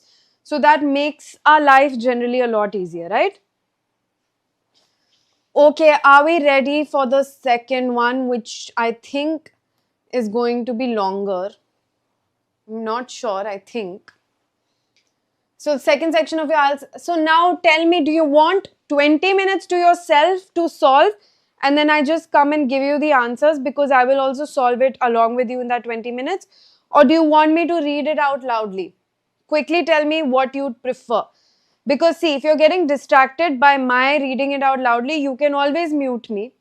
But if you think that doing it in silence would be more beneficial for you, you can let me know what you think. The only problem with doing it in silence is if somebody joins us in the middle of the session, they might not know what's going on. So that could be a problem. So Radhika, what you can do is you can mute me when I am reading it out loud, because in case somebody needs help, they can follow my reading. In case they are not able to focus or do something, they can follow my reading. If you think you want to self-read and answer the questions, then you can mute me. Okay? 20 minutes on the clock. I am sending the link.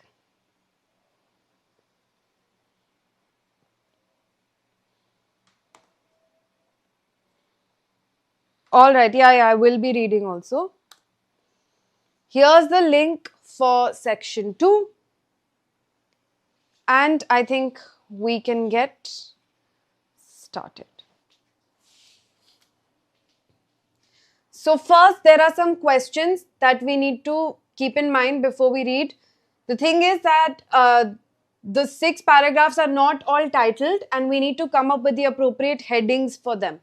So here are the headings, and we need to correctly match which paragraph should have which heading. So we can go through this quickly so that we have an idea of what we need to look out for while reading. So a legacy is established, formal education unhelpful, education in 2 parts, branching out in new directions, childhood and family life, change necessary to stay creative, conflicted opinions over Davis's earlier work, Davis's unique style of trumpet playing, personal and professional struggles. Okay, now I'm going to pause for 1 second to explain something to you. Okay, so here, after we have read the list of headings, what we can do whenever we have a headings question is, while reading the paragraph, we can give our own headings in keywords to the paragraphs. If we give our own headings, then we can simply match those headings with these. So the similar, if they are similar, then we will easily know that, okay, this heading needs to go for this paragraph. Okay, so that's an easy way to deal with this section. Starting the timer again, here we go. Miles Davis, icon and iconoclast. An iconoclast is somebody who challenges traditional beliefs and customs. Is just a definition that is given to you. So, at the age of 13, Miles Davis was given his first trumpet. Lessons were arranged with a local trumpet player and a musical odyssey began. These early lessons, paid for and supported by his father, had a profound effect on shaping Davis's signature sound. Whereas most trumpets of the era favor the use of vibrato, a wobbly quiver in pitch inflected in the instrument's tone, Davis was taught to play with a long, straight tone, a preference his instructor reportedly drilled into the young trumpeter with a rap on the knuckles every time Davis began using vibrato. This clear, distinctive style never left Davis. He continued playing with it for the rest of his career, once remarking, "If I can't get that sound, I can't play anything." So this is early training and how he got his style. Next, having graduated from high school in 1944, Davis moved to New York City, where he continued his musical education both in the clubs and in the classrooms. Okay, his enrollment in the prestigious Juilliard School of Music was short-lived. However, he soon dropped out, criticizing what he perceived as an overemphasis on the classical European repertoire and a neglect of jazz. Davis later did acknowledge, however, that this time at the school was invaluable in terms of developing his trumpet playing technique and giving him a solid grounding in music theory. Much of his early training took place in the form of jam sessions and performances in the clubs of 52nd Street, where he played alongside both up-and-coming and established members of the jazz pantheon such as Coleman Hawkins, Eddie Lockjaw Davis, and Thelonious Monk. So here we have college, brief stint at Juilliard, dropout, and jams. Okay, in the late 1940s, Davis collaborated with 9 other instrumentalists, including a French horn and a tuba player, to produce The Birth of Cool, an album now renowned for the inchoate sounds of what would later become known as cool jazz. In contrast to popular jazz styles of the day, which featured rapid, rollicking beats, shrieking vocals, and short, sharp horn blasts, Davis's album was the forerunner of a different kind of sound. Thin, light horn playing, hushed drums, and a more restrained formal arrangement. Although it received little acclaim at the time, the liner notes to one of Davis's later recordings called it a spectacular failure. In hindsight, The Birth of Cool has become recognized as a pivotal moment in jazz history, cementing, alongside his 1958 recording Kind of Blue, Davis's legacy as one of the most innovative musicians of his era. So this is him developing his style, first album. Okay, next. Though Davis's trumpet playing may have sounded effortless and breezy, this ease rarely carried over into the rest of his life. The early 1950s in particular were a time of great personal turmoil. After returning from a stint in Paris, Davis suffered from a prolonged depression, which he attributed to the unraveling of a number of relationships, including his romance with a French actress and some musical partnerships that ruptured as a result of creative disputes. Davis was also frustrated by his perception that he had been overlooked by the music critics, who were hailing the success of his collaborators and descendants in the cool tradition, such as Jerry Mulligan and Dave Brubeck, but who afforded him little credit for introducing the cool sound in the first place. So this is his low point and struggles. Then, in the latter decades of his career, Davis broke out of exclusive jazz settings and began to diversify his output across a range of musical styles. In the 60s, he was influenced by early funk performers such as Sly and the Family Stone, which then expanded into the jazz rock fusion genre, of which he was a frontrunner in the 1970s. Electronic recording effects and electric instruments were incorporated into his sound. By the 1980s, Davis was pushing the boundaries further, covering pop anthems such as Cyndi Lauper's Time After Time and Michael Jackson's Human Nature, dabbling in hip-hop and even appearing in some movies. So later, career and his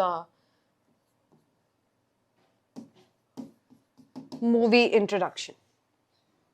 Not everyone was supportive of Davis's change of tune.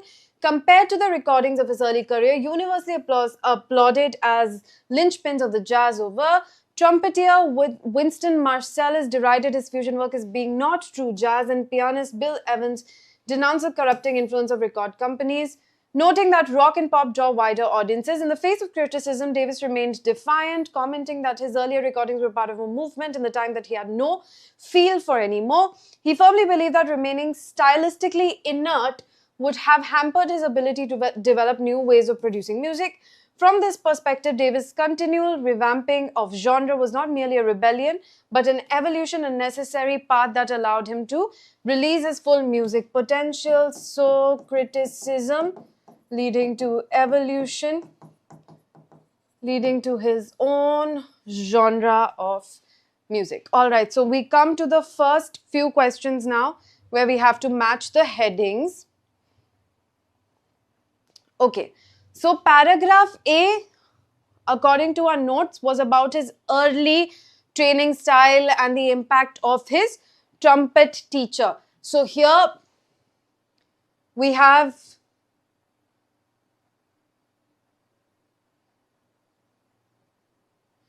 this will be a perfect match, his unique style of trumpet playing, because all of this vibrato stuff, or vibrato, I think that's how it's pronounced, I'm not sure, was introduced to him by his trumpet teacher. Next, paragraph B, according to our notes, was college Juilliard and how he dropped out of Juilliard and his jams. So, it was about formal education, yes, but what kind of formal education and what did he do? He dropped out, so he really didn't spend a lot of time in Juilliard. Then he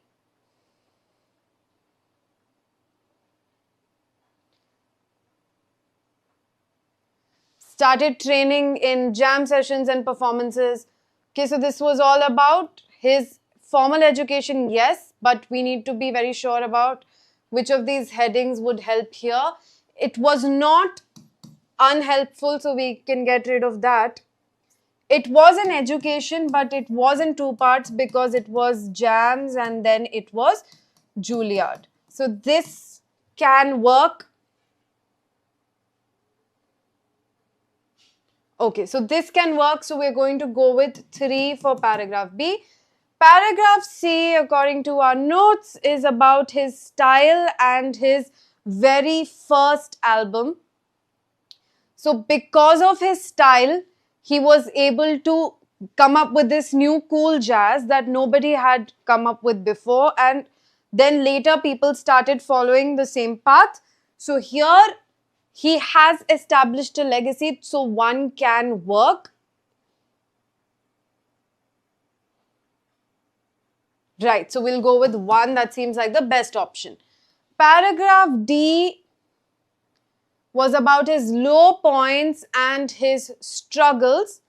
So here, obviously, the only very obvious choice is this one, personal life and struggles.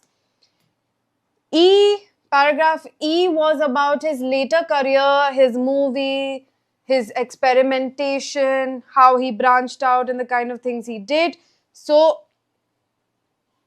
because I used the word branched out and this one has branching out, this seems like our best possible option. And then paragraph F, later was about how he got criticism, but that criticism led him to evolve, and that evolution led to a new genre in music that is still practiced today. So here he actually does say this line, that you shouldn't be stylistically inert. That means you need to keep changing. Evolution is a necessary path. So the best possible option for us for a heading here would be change necessary to stay creative. So those will be our headings, and now we'll do the rest of the questions really quick. So here it's a yes, no, not given. I've already explained how to do yes, no, not given questions. So I'm not going to explain that right now. We're just going to go ahead and answer. Okay. So actually I can pause and explain in case you are doing it for the first time. I don't want you to struggle. So yes, no, not given questions. Basically, yes means statement agrees with the views of the writers. No, it does not agree. Now, where the confusion lies in these questions is between no and not given. You will pick no if it is directly opposite to what has been said. If something is the exact opposite of what has been said, then you will pick no. Otherwise, you will pick not given. Okay. So the confusion here usually comes between no and not given. Okay. So starting the timer again, and we have time, we're good on time, we have 9 minutes, plus we have an extra 5 minutes in the bank. So Davis's trumpet teacher wanted him to play with vibrato. Is this the exact opposite of what was given? We can go back and check also, we have time. We can go back and check.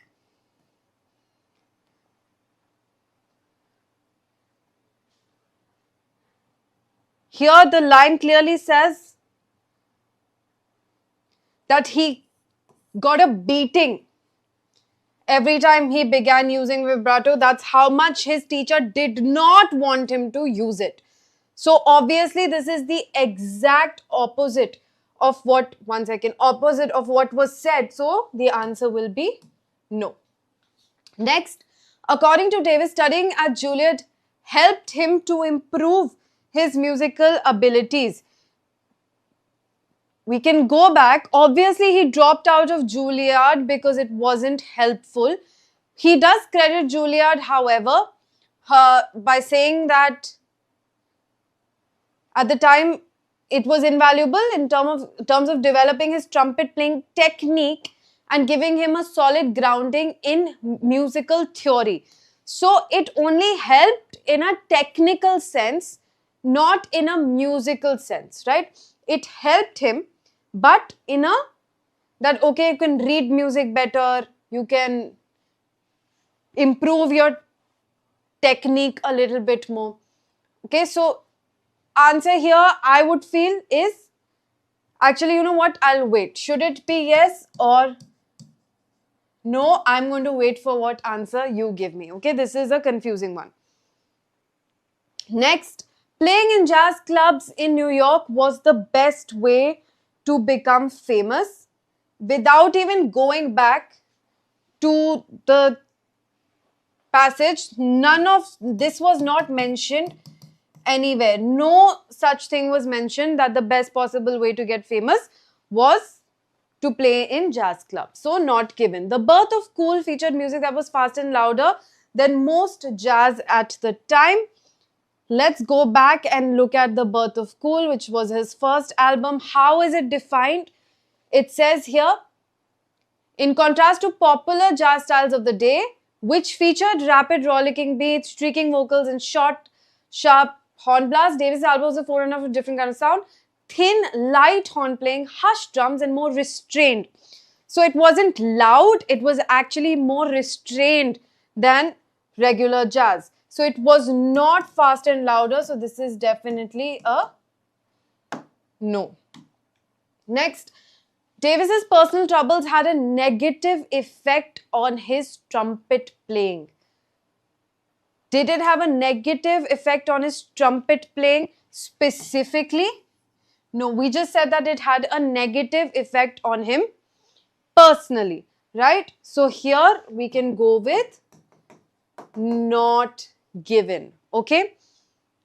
This is not given. Davis felt that his contribution to cool jazz had not been acknowledged. Without even going back, we can say this is true because he was hurt about this. We read this in the later paragraphs, how he was hurt that he was not given the acknowledgement that was due to him.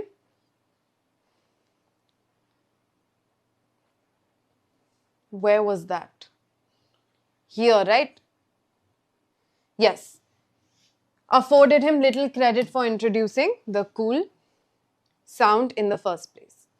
And finally, we have Davis was a traditionalist who wanted to keep the jazz sound pure. Not at all. He experimented so much. So obviously the answer here is no. We have 4 minutes left. Technically, we have 4 plus 5 minutes left.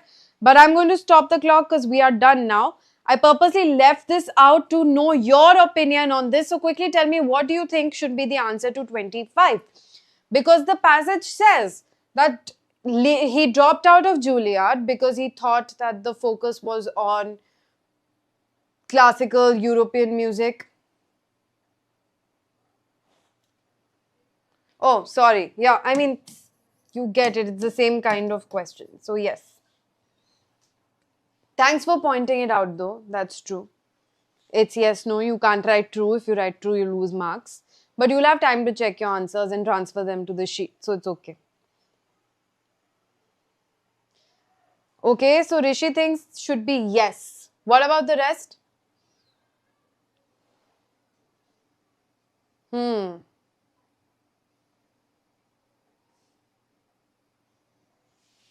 Okay, everybody has unanimous yes as the answer.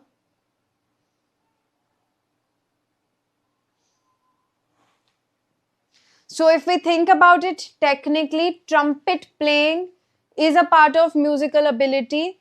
Reading music theory is a part of musical ability. So even though he dropped out of Juilliard because of ideological differences, it is safe to say that it did improve, which he later acknowledged. So yes, I also agree with you. The answer to this will be yes. Why is this confusing? Because he dropped out of Juilliard, he did not like it. But the passage clearly says that later on he acknowledged that, okay, it did help me with my musical abilities. All right. Great. So now we have 5 plus 4. And this was actually 6 minutes, but I made it 5. Okay, we have 5 plus 4 minutes in the bank. So whenever we are short of time, we can use 9 minutes to our advantage. But I think we are fast. We are keeping time. Are any of you struggling with time? Do you think it's going too fast?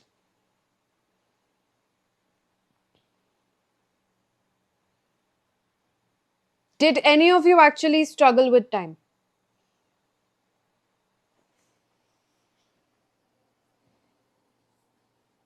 Tell me.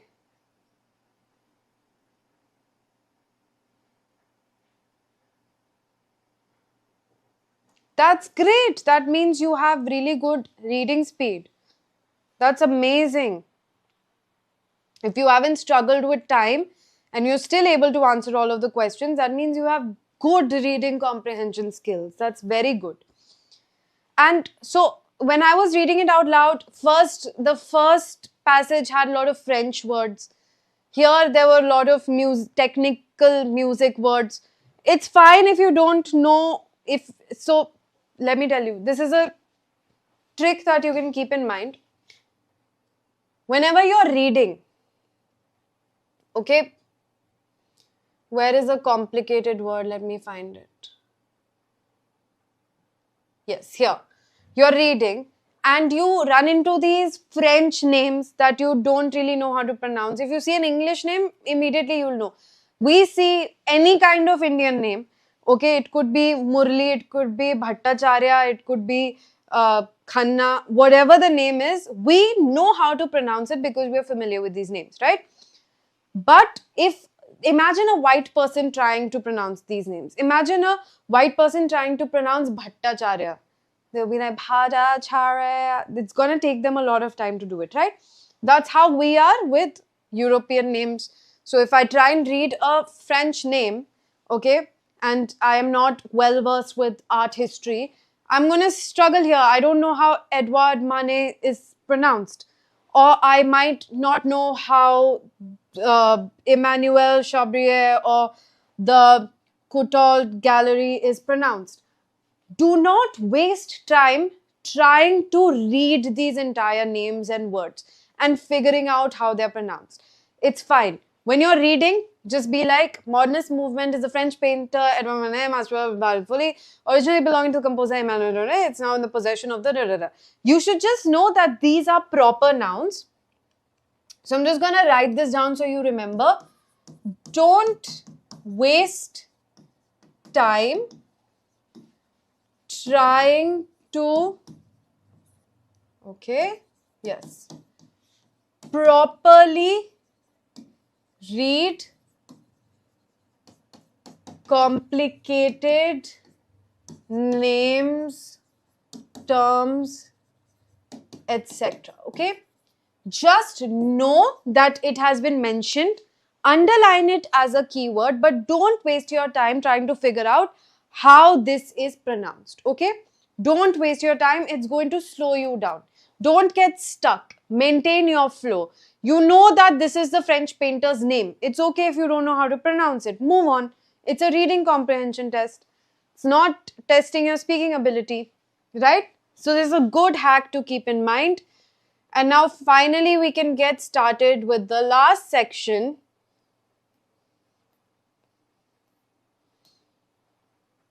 Section 3.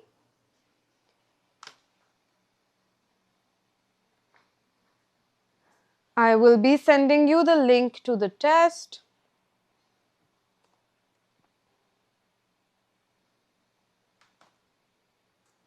Here's the link to the test. Open it up.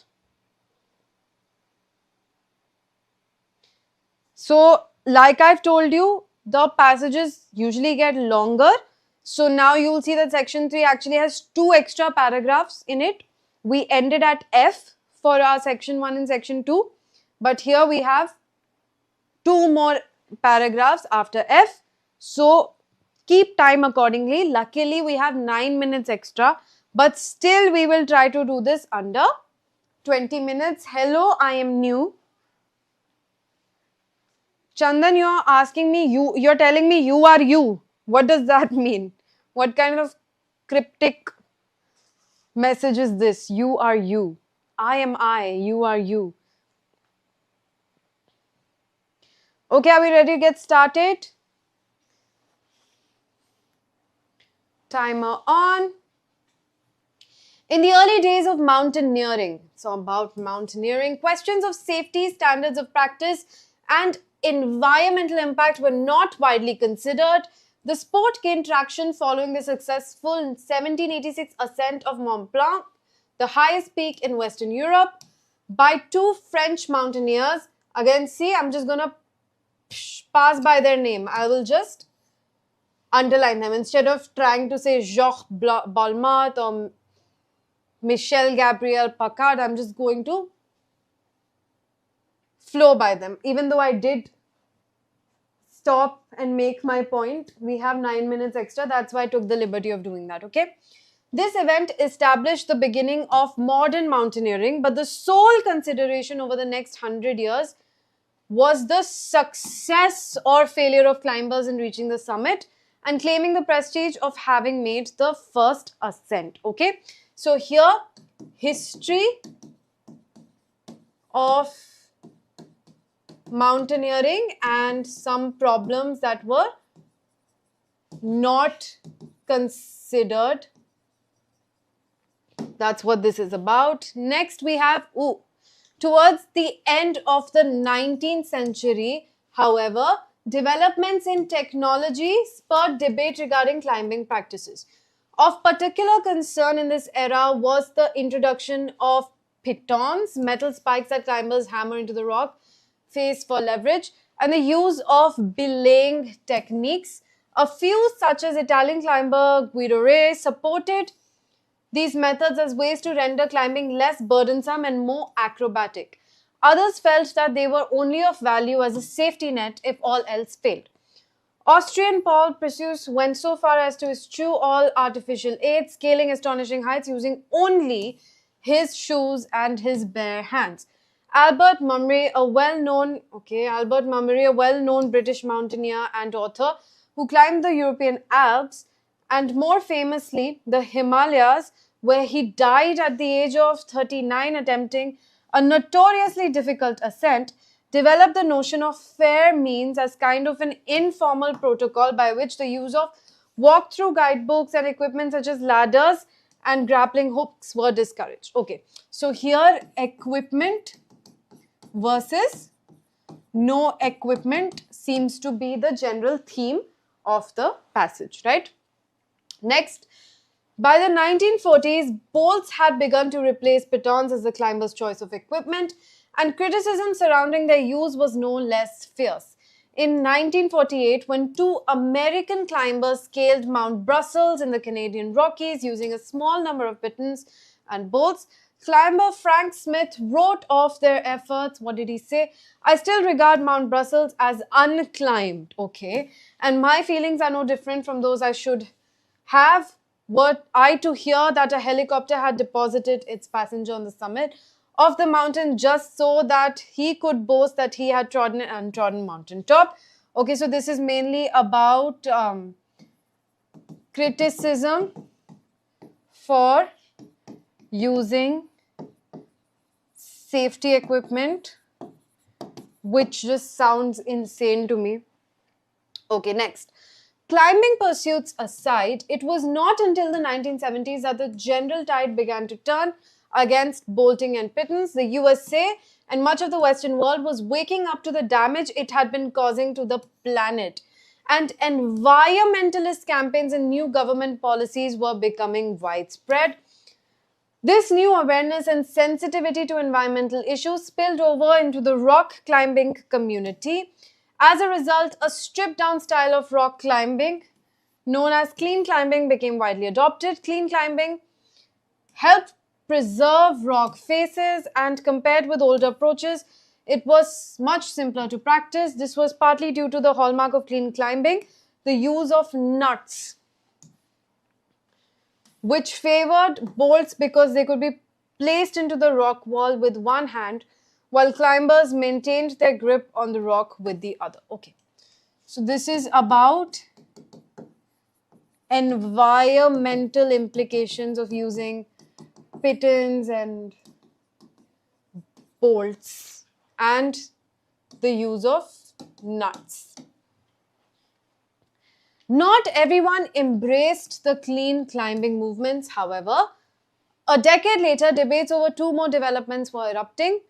The first related to the practice of chipping, in which climbers chip away pieces of rock in order to create tiny cracks to insert their fingers. The other major point of contention was a process that involves setting bolts in reverse from the top of the climb down.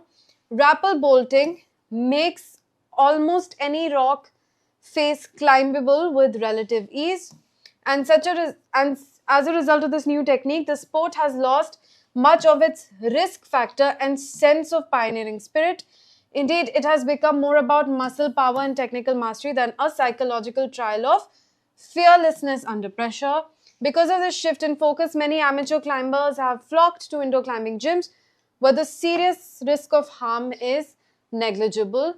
Alright, so this is mainly about this rappel bolting and how it's not psychological anymore.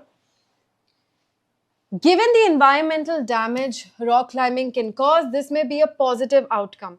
It is ironic that most rock climbers and mountaineers love the outdoors and have great respect for the majesty of nature and the impressive challenges she poses, but in the pursuit of their goals, they inevitably trample sensitive vegetation, damaging and disturbing delicate flora and lichens which grow on ledges and cliff faces. Two researchers from a Canadian university, Doug Larson and Michelle McMillan have found that rock faces that are regularly climbed have lost up to 80% of the coverage and diversity of native plant species.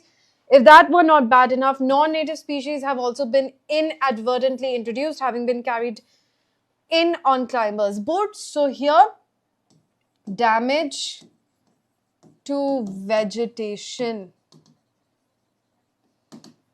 is the theme. Next, we have this leaves rock climbing with an uncertain future. Climbers are not the only user group that wishes to enjoy the wilderness. Hikers, mountain bikers, and horseback riders visit the same areas, and more importantly, they are much better organized with long established lobby groups protecting their interest. With increased pressure on the limited natural resources, it has been suggested that climbers put aside their differences over the ethics of various climbing techniques and focus on the effect of their practices on the environment and their relationship with other users and landowners. Okay, so this is about the future of rock climbing. And finally, we have, in any event, there can be no doubt that the era of the rock climber as a lone wolf or an intrepid pioneer is over. Like many other forms of recreation, rock climbing has increasingly come under the fold of institutional efforts to curb dangerous behavior and properly manage our natural environments. This may have spoiled the magic, but it has also made the sport safer and more sustainable, and governing bodies would do well considering heightening such efforts in the future. A definition of belaying is given, which is fastening or controlling of a climber's rope by wrapping it around the middle, and we'll come back to it if it's necessary. So this is just about, again, future of rock climbing continued. Okay, time to answer some questions.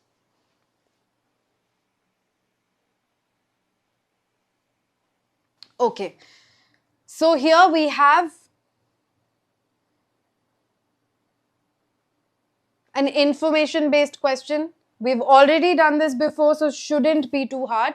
First is examples of the impact of climbers on ecosystems. This has to do with the vegetation part that was given, right? Ecosystem means the natural flora and fauna in a place. So here,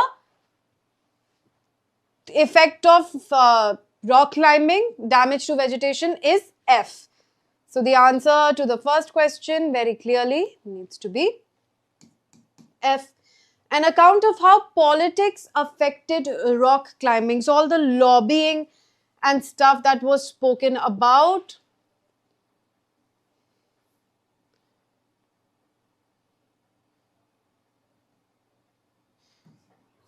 Right, so here we also have some information about the US and much of the Western world waking up to the damage. There were campaigns and new government policies. So all of this affected the rock climbing community and clean climbing was encouraged. This is given in paragraph D. But also remember there's another paragraph about lobbying and stuff which could potentially be an answer. So let's look at that. So here we have horseback riders, they're much better organized with long established lobby groups protecting their interest. Okay, so I would think D is a better answer because we're talking about how it affected rock climbing in the past and we're not talking about the future of rock climbing. Now, a less dangerous alternative to climbing rock faces was here, which was the rappel bolting thing. Here it makes it very easy to climb, right? Rappel bolting. So, what is this? E. E should be our answer. A recommendation for better regulation. Where is a recommendation given for better regulation? Over here.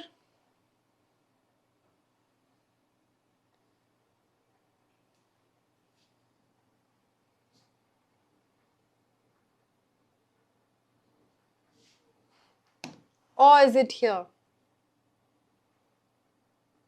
Yes, so it has been suggested that climbers put aside their differences over the ethics of various climbing techniques and focus on the effect of their practices. So what is the recommendation?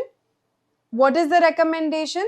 That they need to let go of their differences, dangerous versus not dangerous, using bolts versus using nuts, and they should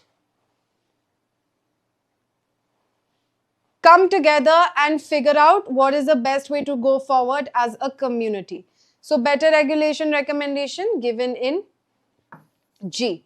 A reference to a climber who did not use any tools or ropes for assistance. This was that crazy person, but also very brave person who died also early because he did not use equipment. Here he is.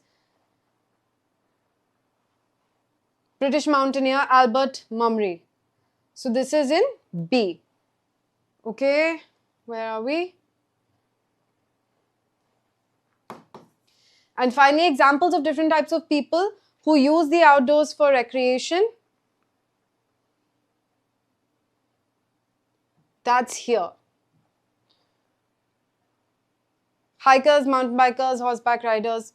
Okay, so now that we have a very obvious answer for G over here, we might have to reconsider this. A recommendation for better regulation. Are we sure that it has a repeating answer for the paragraph, or do we have to take a look at it again? So at the end of, after we're done finishing all the questions, we'll come back and take a look at 30 and if we answer that correctly. Okay. Now next, choose no more than 3 words from the passage for each answer and you are supposed to complete a flow chart. Okay. So we are making a timeline of rock climbing. So here, first we have the late 19th century. Some climbers discuss whether pitons and ropes should only be considered. So we'll go all the way back.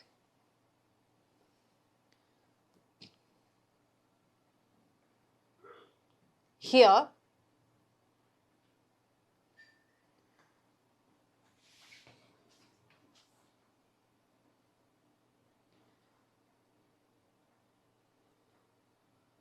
Okay, others felt that they were only of value as a safety net if all else failed. So some people considered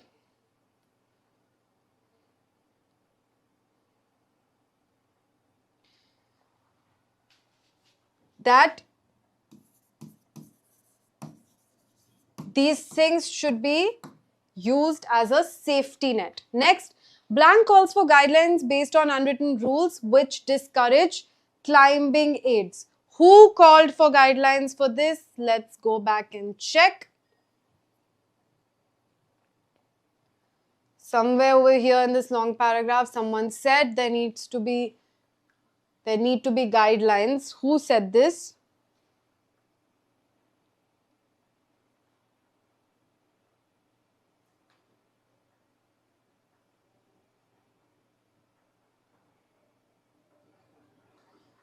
Okay, so here we have many names. This he didn't do it. He didn't issue guidelines. Seems like it was our dangerous climber Albert Mummery who said,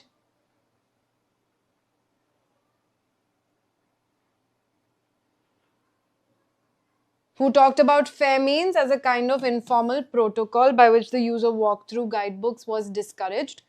Okay, but do we have anybody else who specifically asked that there should be guidelines? Now here the flowchart is chronologically organized, so we can always use that. Everything we are discussing is happening in the late 19th century. So that is before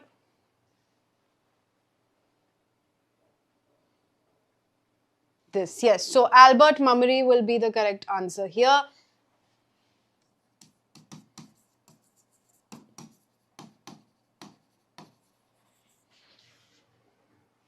Unwritten rules gives it away because it is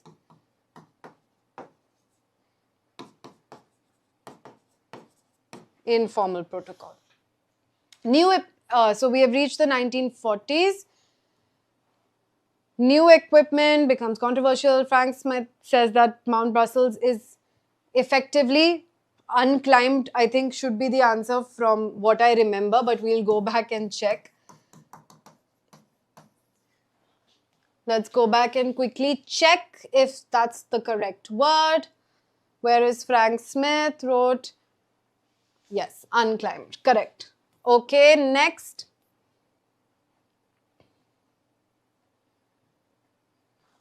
Blank is more environmentally friendly. Blank are introduced as climbing aid. So here I remember nuts as being environmentally friendly, so I'm just going to write it down. But we can go back and check and find the answer for 37 also. So we have reached the 1970s. 1970s. I also wrote down nuts. Yeah, so I can easily come back to this because I wrote down nuts. So here, nuts were considered environmentally friendly. And moving on, 1970s, not everyone embraced the clean. Okay, so I think rappel bolting will be our answer for the next question because it started being widely used as a climbing aid, right? So I'm going to go with a rappel bolting here. And then finally, we have climbers discuss the merits of new techniques for making handholds and also of blank. Many say that climbing is now a test of physical strength and blank rather than, I think this should be technique, okay? And here,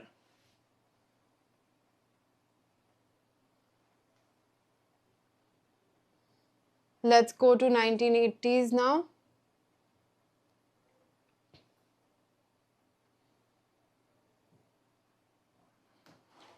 Okay, so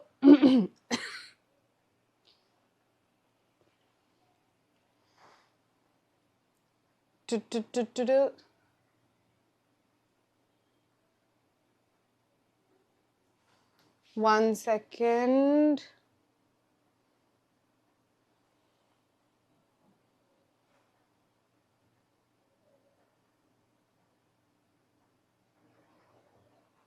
Discuss the merits of new techniques for making handholds, which is this, I think, chipping. So maybe rappel bolting is not.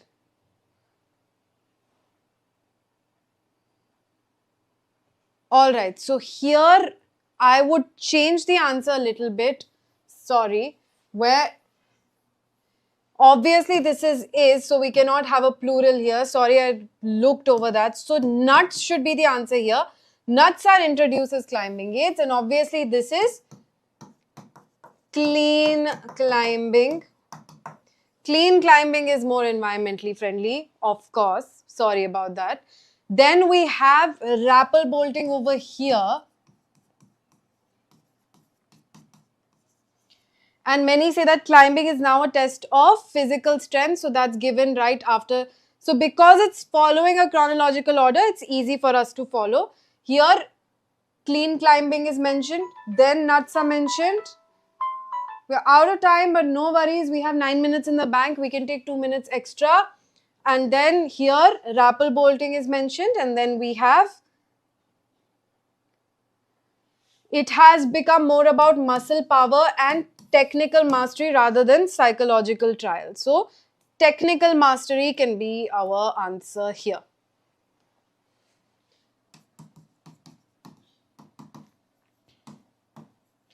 Yep, that is it. And final question is just an MCQ. Write the correct letter in the box. Choose the most appropriate title. So, for the entire passage, what is the title? A history of rock climbing, ethics and issues in rock climbing, current trends in rock climbing, sport climbers versus traditional climbers.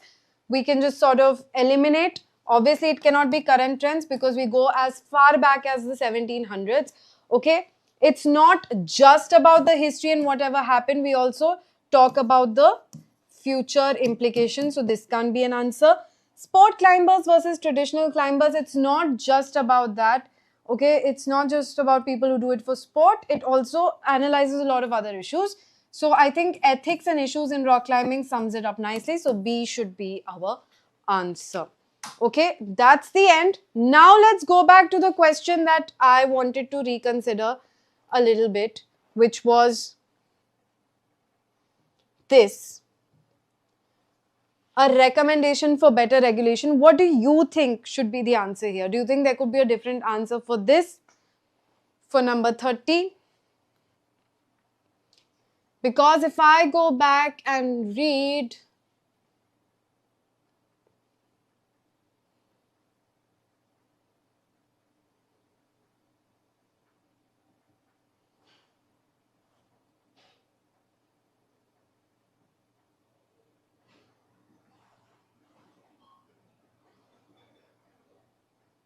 all right, yes, I am going to change my answer because time pressure is not, I mean, we still have 9 minutes.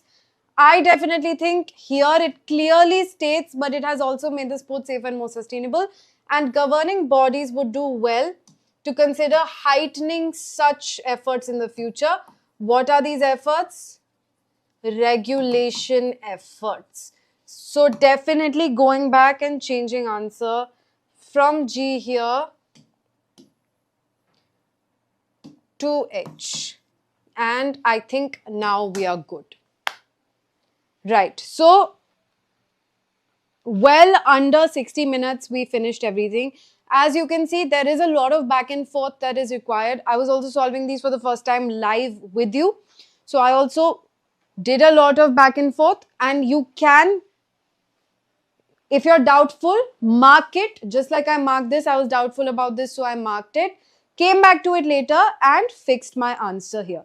Okay, so you can also do that. And again, over here,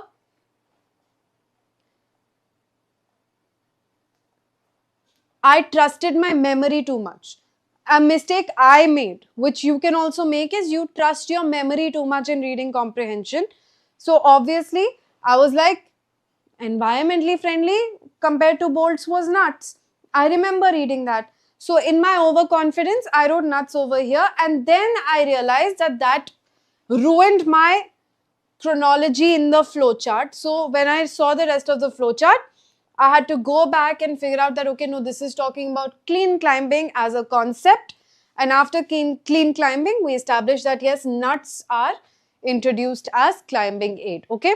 So by seeing me go through this process, again, you can understand that you will also have to do these things, go back and forth. Don't trust your memory too much in reading comprehension. Every time you're doing reading comprehension, remember to go back to the paragraph. Don't think you know the answer by memory, because this is a clear example of not trusting your memory too much. Go back, check, align the question with the paragraph and figure out what the correct answer needs to be. All right? So that's it for today's session.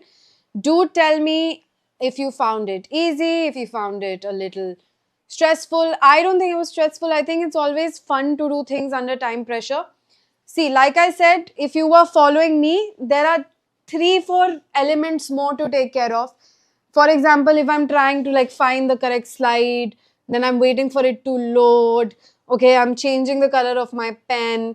All of these things also eat up time. So if you were following me, some of your time was wasted because of these things. If you practice on paper, it will find it a lot easier and a lot smoother as a process. Okay, so remember to practice on paper as well. Ram Kumar, the full IELTS writing live is tomorrow. Okay, so we did full IELTS speaking, live solving, we did listening, we did reading today, and we're going to do writing tomorrow. Okay, so you can join in tomorrow at 5 p.m. where I will help you out with this. All right. Currently unknown, we do not have an offline course for you, but like I said, you are getting lessons for free. Follow along in a disciplined manner, and these will also be very, very helpful for you. Okay. Abroad counseling form, you can find this in the description. The reason why you absolutely need to do this is because career counseling is the only thing that will ensure that you get admission somewhere and all your application through and through is taken care of. See, it's not just about finding a university, applying to it. It's not as easy as it is in applying to domestic universities, because over here, all you have to do is meet the criteria. Maybe you have to give an entrance exam. If you meet the cutoff, then you will be granted admission in the college. And then all you have to do is show some sort of documentation and you're done. But when it comes to studying abroad, there are 1,000 different factors that need to be addressed, including visa application, which is a very tedious, it's a bureaucratic process, it's difficult, it has a lot of aspects that you might not be aware of. And so having a career counselor who will guide you step by step is so necessary, so important. This kind of mentorship and guidance is often paid, and it is in the expensive range. But Vedantu is offering this to you guys for free right now. You're the lucky first ones to be getting this for free. It's going to become a paid service very soon. So please make sure you are exploiting this as much as you can and taking advantage of it. Have a discussion, sit down with your parents. I would highly recommend that you fill out this form with your parents, sit them down next to you so that you have all the accurate information that this form demands, and you will get contacted by a career counselor very, very soon. IELTS writing. We've already done speaking, reading and listening. Today is the final writing class. I mean, it's not the final class for these 4 days. Okay, and I think writing is the least liked out of all, and also something that, apart from speaking, so the thing is, students, test takers usually find speaking very difficult, but it is writing where they score the least. They might be underconfident when it comes to speaking, but they end up doing well. Writing, either boring or overconfident, and ultimately lose most marks in this section. So today we're just going to go over the writing task of the IELTS. There are 2 tasks actually here in the writing section. I've already taken you through the criteria for assessing and marking this section of the IELTS. So if you haven't seen that, please do watch that. I've explained in detail the different things you need to be careful about or look out for in the writing section, so you don't miss out on your 4 main criteria. Hi Harsh, hi Archit, hi Vishal. You can't catch me. Okay, I guess not. Knowledge of both JEE and NEET. That's a lot of knowledge. Hello. Thank you so much. Jat. Ashutosh, doesn't matter which class you're in, you should prepare like everybody else is preparing. See, template will not help because the topics will keep changing. I've given you a basic structure many times, but that also you cannot memorize, and again you will lose marks in writing because of memorized phrases. So please do not think that you can get away with memorizing a few key phrases, figuring out a template and just reproducing that for all the topics. That's never going to work. In fact, your examiners are specifically trained to look out for these things. So make sure you don't do that, okay? Now, without further ado, let's get started. Here is task 1. What is task 1 in writing? Take a look at the chart below and perform the tasks as outlined. What has been outlined? This graph shows the proportion of 4 different materials that were recycled from 1982 to 2010 in a particular country. So, name of the country is not mentioned. Most of this data is not real, and it's just assessing whether or not you can translate statistics and data into written English. Alright, you can explain what is going on. First of all, can you interpret what is happening? Because interpreting charts, diagrams, graphs becomes very important for all academic fields. This is something that you have to keep doing for research, analysis, whatever it is, right? So this is a very important skill set to have if you're going abroad for higher studies. That's why this is a part of your IELTS academic writing task. Secondly, can you explain the data in English? That's the second thing they're testing. So interpretation and explanation both. Okay. So here, this particular line is useful for you because this can be your intro or the beginning of your writing. So whatever you're going to write for task 1, it's going to start with some sort of paraphrase of this first line. This graph shows the proportion of 4 different materials that were recycled from 1982 to 2010 in a particular country. Okay, so this not only explains what the chart is about or what the data is about, it also serves as your intro line when you start writing. What are you supposed to do? What does the task want you to do? Summarize the information by selecting and reporting the main features. So you have to select the main features, okay, not everything. So don't report everything, just the important points, making comparisons where relevant. All right, so here you need to spend about 20 minutes in task 1. You need to write at least 150 words, okay? So you can spend not more than 5 minutes understanding and interpreting the data or data, both are appropriate pronunciations. I know I am switching between the two, okay? So you need to spend about 5 minutes figuring out what is being said in the graph. So what we are going to do now is that I want you to give me 5 major trends. What are trends? What are trends? The changes that have happened over time. So from 1982 to 2010. Out of this, obviously 4 are going to be about the different kinds of materials, right? Paper, cardboard, glass, aluminium and plastics, and the 5th is going to be an overall trend. Okay, so quickly look at this and I need you to start writing down the trends for me. What is it that you observe? And then we can discuss it together. I am giving you 5 minutes because you should not spend more than 5 minutes doing this. Alright, so a 5-minute timer is, can I get the timer on here?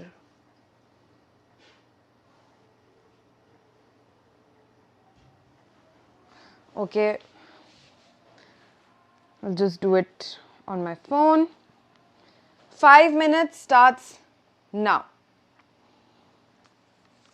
Quickly, I want 5 major trends, 4 about the different materials, and 5th needs to be an overall trend, okay?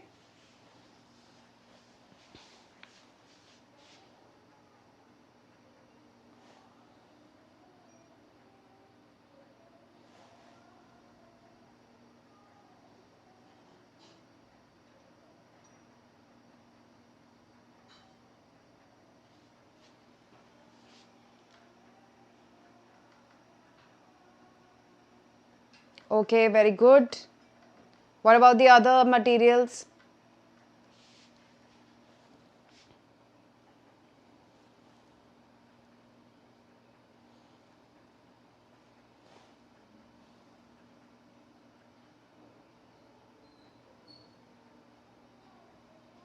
One minute over, now you have 4 minutes left. So you 1 minute, precious 1 minute is gone. You have 5 minutes, 5 trends, 1 minute per trend. Look at this graph, unit, okay, it's weird spelling of unit, and tell me 5 major trends, 4 related to the 4 materials over here, and 5th needs to be an overall trend, okay? That's what you're supposed to do. You're interpreting this graph for me.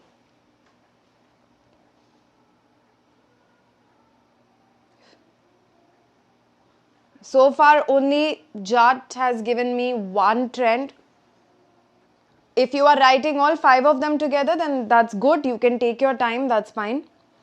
Okay, recycling rate of glass container decreased gradually between 1982 and 1980.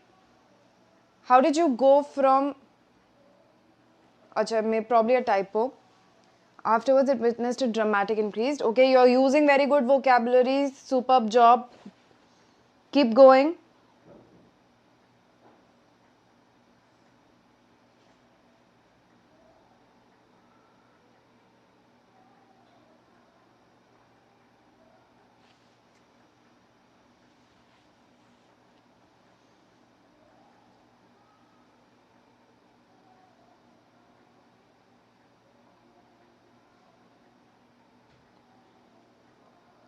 Time is going by fast.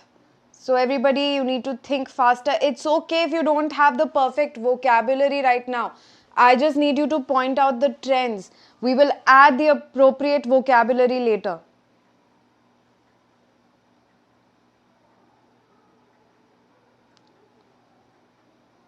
We have now 2 minutes left. Only 2 minutes left.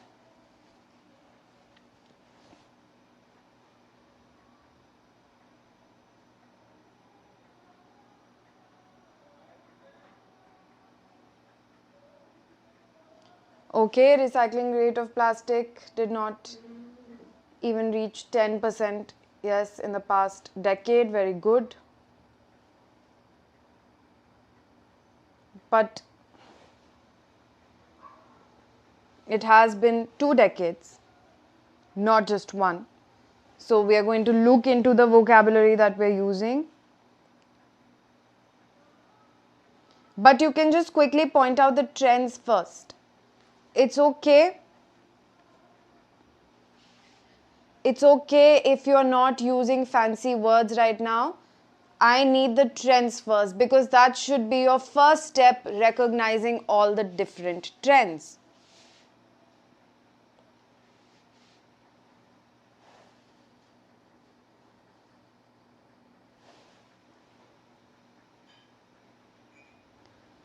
Okay, you have 45 seconds left.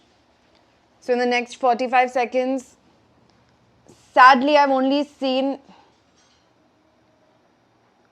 3 trends being pointed out. You need 5 trends to actually write 150 words.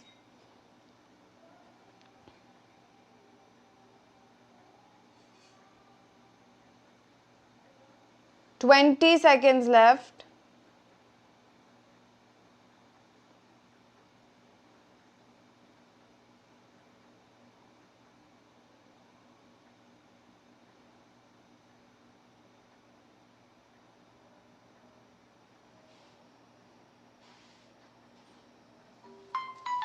Time is up. Okay, aluminium percentage went under minimal increase between 18. After that, it faced a remarkable increase. Okay. Okay, good attempt. You've also gone full out with the vocabulary, so it seems like these sentences can make their way into the final paragraph, which is great.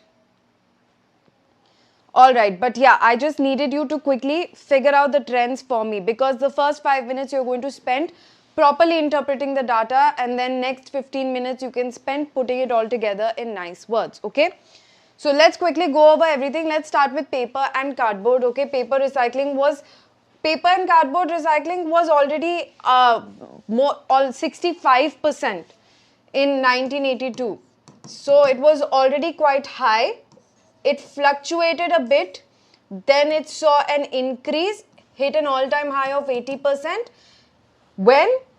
Hit an all-time high of 80% somewhere between 1990 and 1994, so we can say somewhere in 1992, and then it saw a steady decline.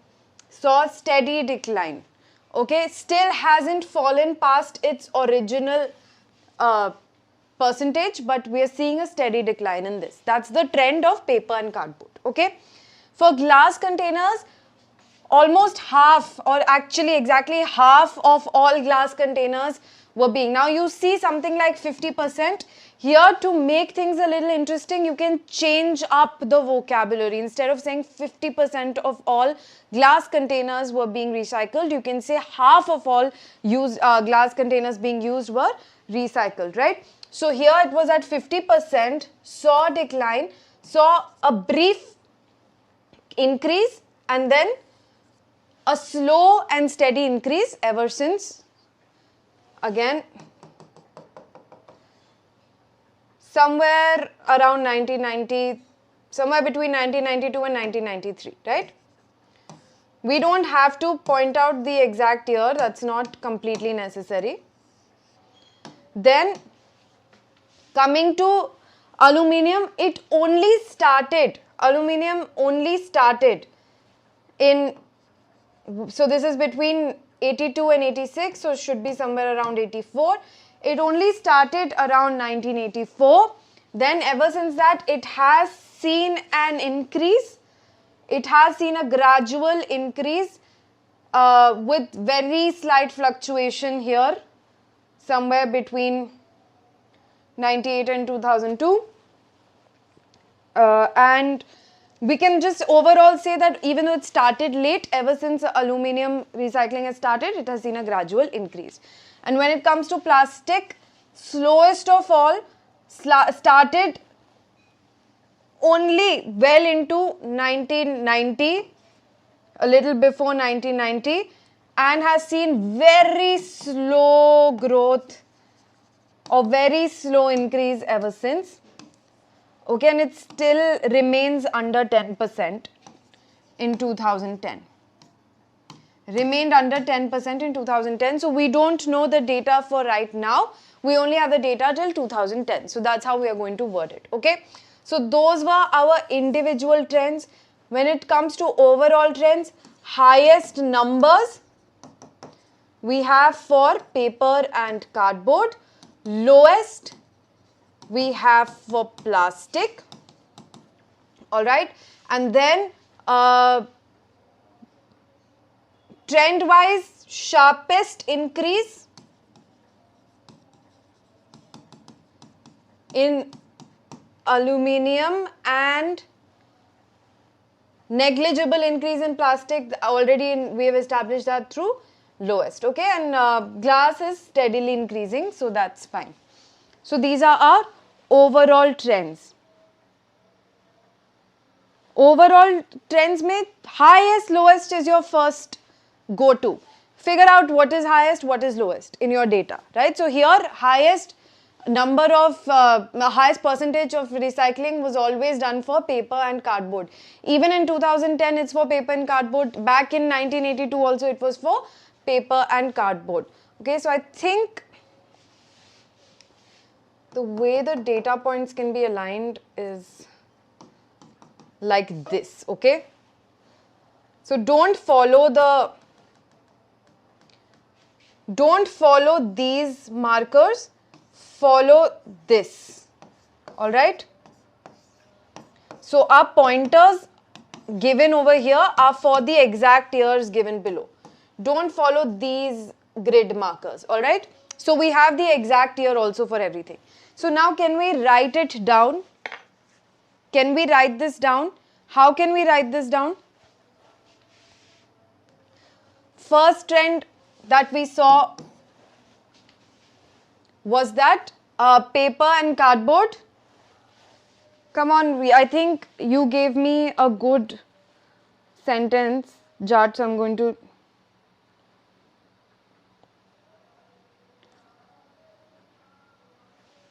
So we can say in 1982, paper and cardboard were the most recycled materials at 65%, post which they saw some fluctuation ever since 1990.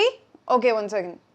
Okay, so between 1990 and 1994, they saw a sharp increase, and from 1994 to 2010, there's a gradual steady decline in paper and cardboard recycling. So instead of saying all of this information, because we only have to give 150 words, so we can just summarize this part. What we can say is that in 1982, paper and cardboard saw the highest percentage of recycling, were the most recycled materials at 65%, till we can say about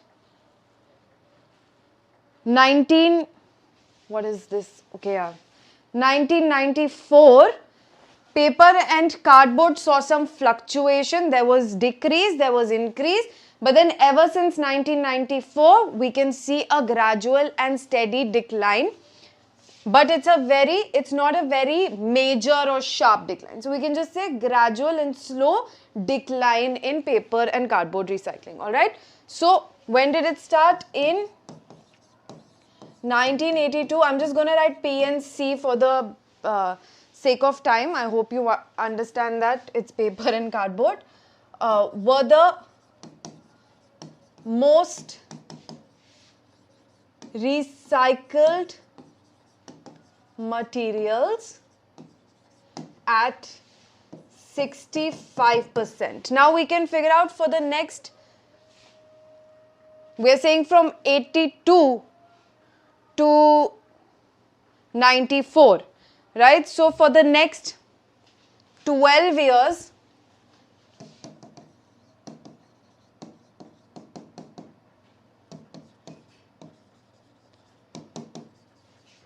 there was some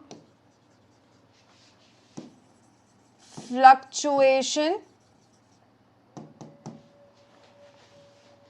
If we really want to, we can mention that which included a sharp increase in recycling between 1990 and 1994. There was some fluctuation which included a sharp increase in recycling between, what were the dates? 1990 and 1994.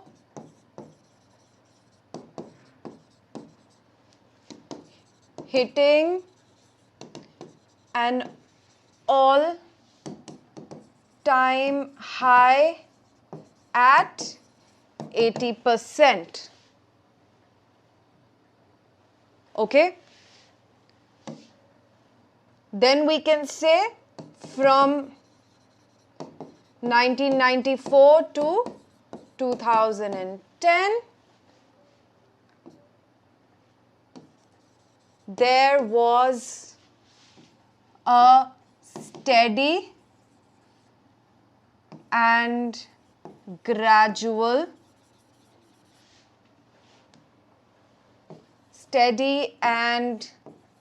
gradual decline in paper and cardboard recycling. All right, so that's our trend for paper and cardboard. Then we need to figure out our trend for glass containers. So for glass containers, again, what is happening? Here in 1982, half of all glass containers were being recycled, right? Half of all, I'm just writing GC, were being recycled in 1982. That's the first thing we observed. There was a gradual decline till 1990, post which there has been an increase in glass recycling with minor fluctuations. So,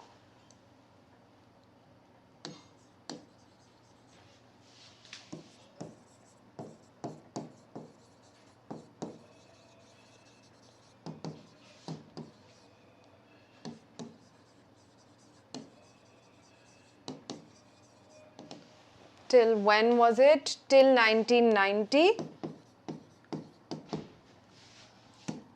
Post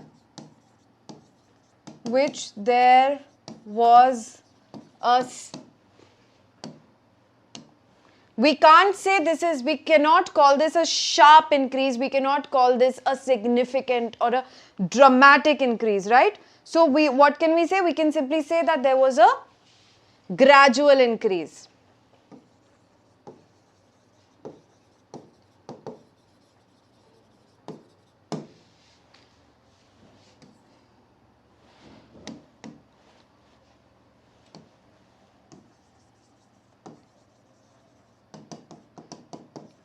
And we can say, one second, with minor fluctuations.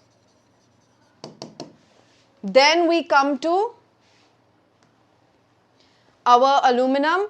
So we can say aluminium recycle aluminum, American, aluminum, British. So aluminum recycling only started in 1982 with under 10%, or we can say with around 5% being recycled. So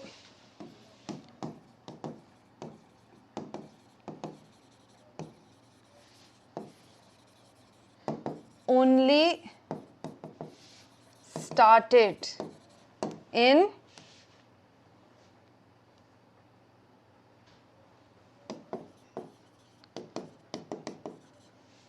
with about 5% being recycled. So what has happened since then?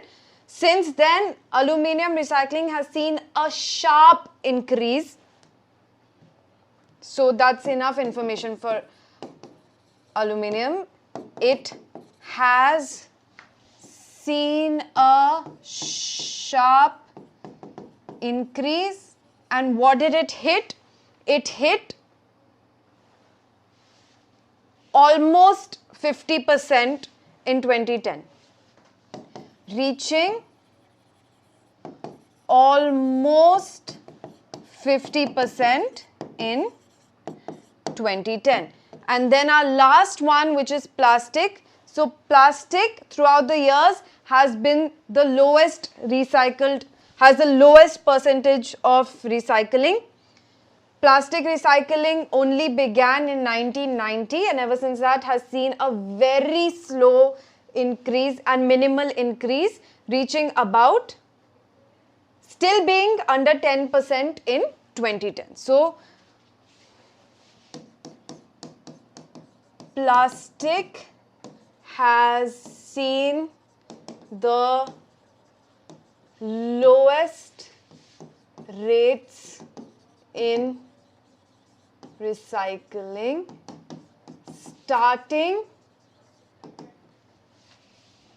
at about or around, we can say like 3 to 4%, 3 to 4%, or even to me it looks like it could be 2% also. Let's see.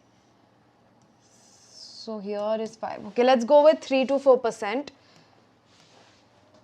In 1990, it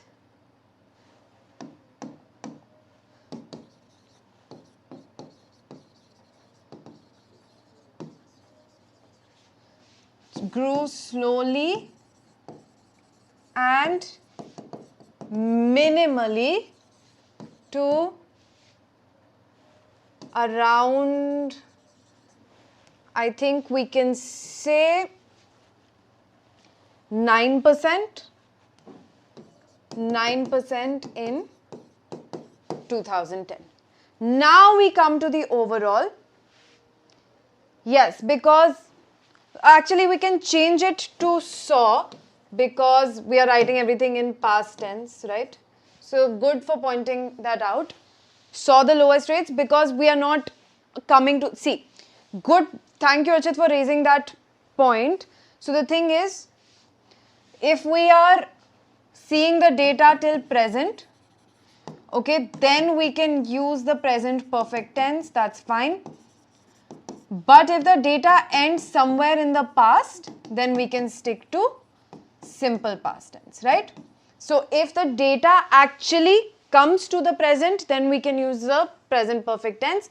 But if it ends somewhere in a past year or something, then we can stick to simple past tense. It's not horrible if you use the present perfect tense, but it doesn't make sense, so you can lose marks for this. If the data comes all the way to the present and if we are still talking about the future implications of the data, then present perfect is correct, but mostly you will only get data sets for a limited range and that will end somewhere in the past. So past, simple past is good to go. So overall, what did we say? Paper and cardboard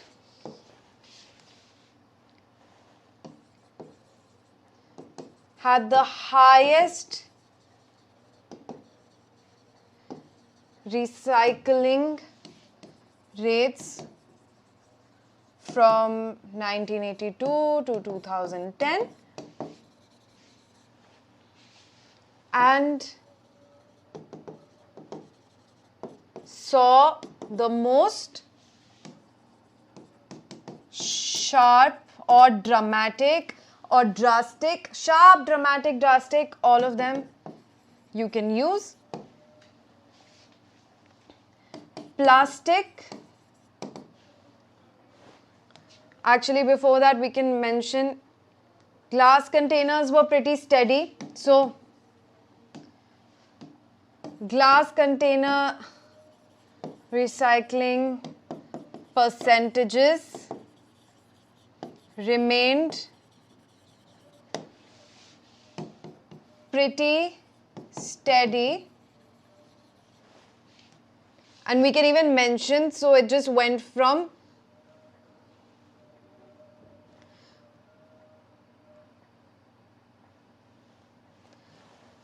we can say with only a short period of decline from, and when did glass container rates see a decline? 1982 to 1990.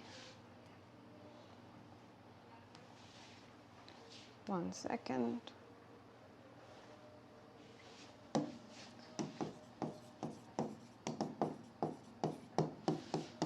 Plastic was first recycled only in 1990 and saw a very slow rate of growth till 2010. All right. So that's, we do need to write an introduction. So this is how we have framed. So we came up with the trends. We framed the trends in this particular manner. And now we will just take the first line. We'll take the first line from this. And we don't have to number the points either. I was just doing this so that you know which trend corresponds to which paragraph. What we'll do is we'll just take this and we'll say the graph or the line graph, you can name it anyway. You can say chart, you can say graph, you can say line graph. Don't take this verbatim. Don't use the exact same language that is used in the question. You can simply paraphrase it a little bit. So the line graph shows the rates of,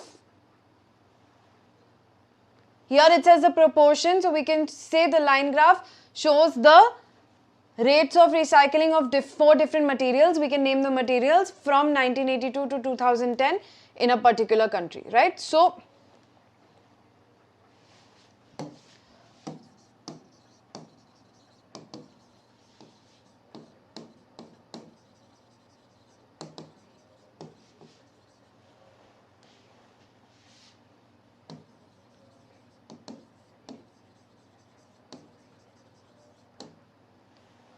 or another way to frame this could be shows how, I'm just trying to figure out a different way of doing this for you so that you know that it doesn't have to be exactly the same.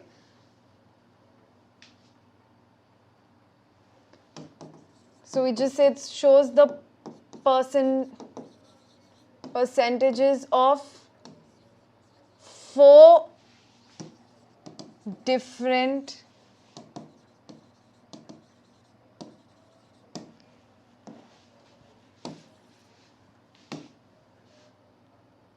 actually this also sounds a little awkward. Okay, wait. So rates of recycling works.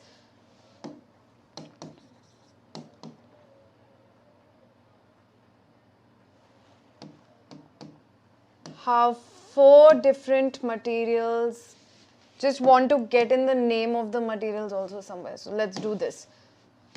Shows how 4 different materials, see you can go back and forth, it's fine. Now you name paper and cardboard, glass, aluminum and plastic.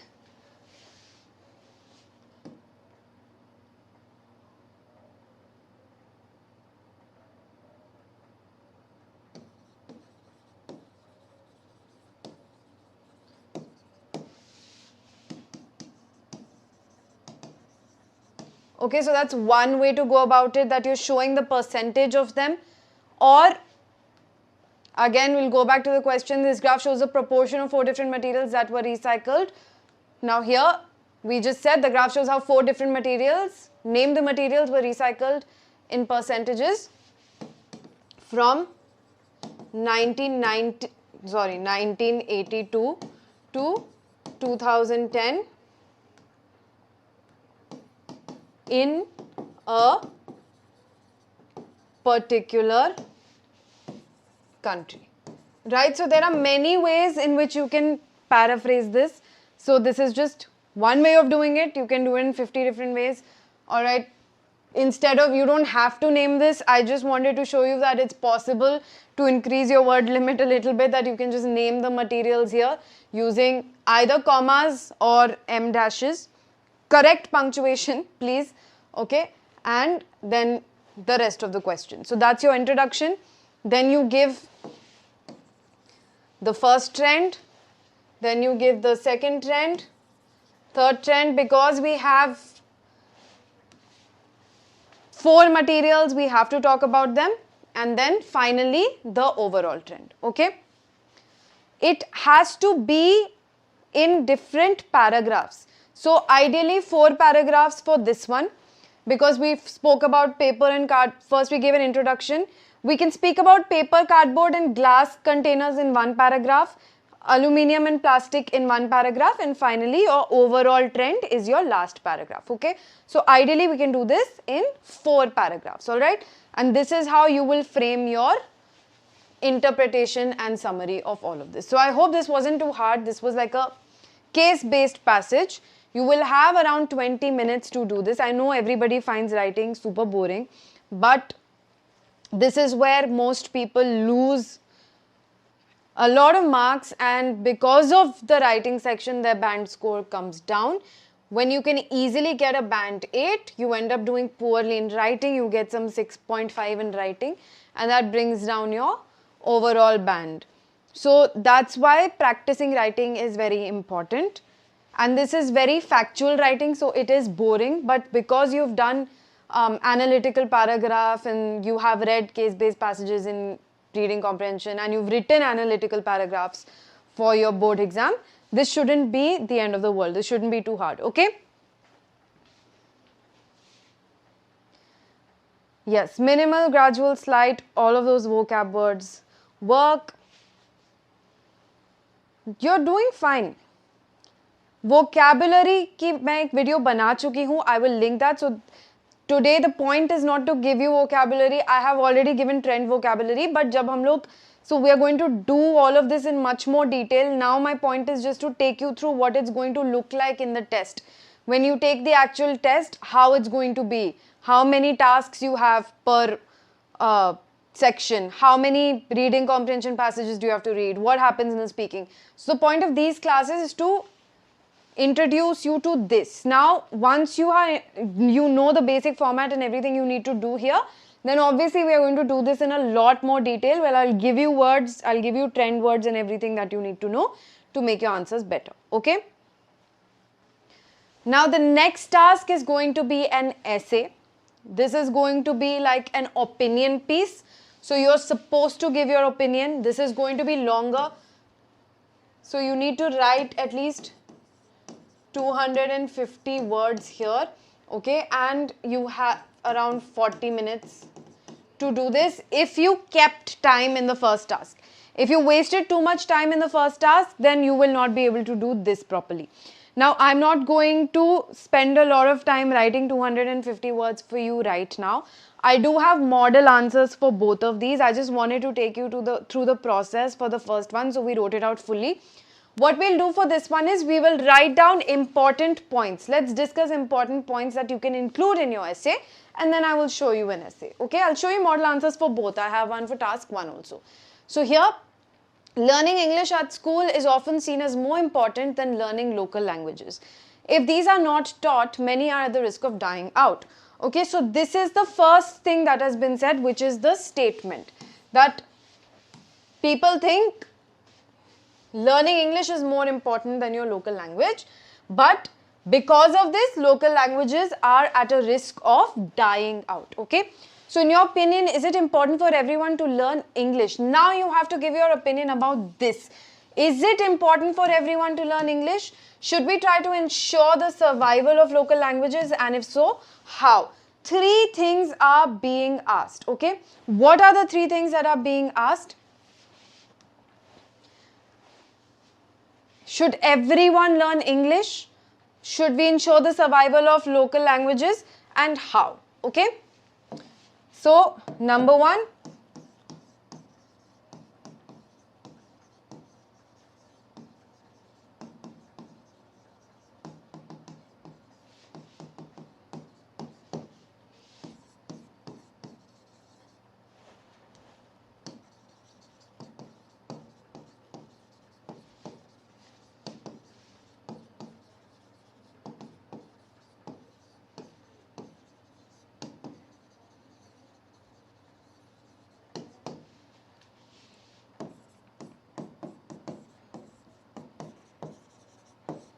okay, so there are multiple ways that we can go about this. So let's go with the first one.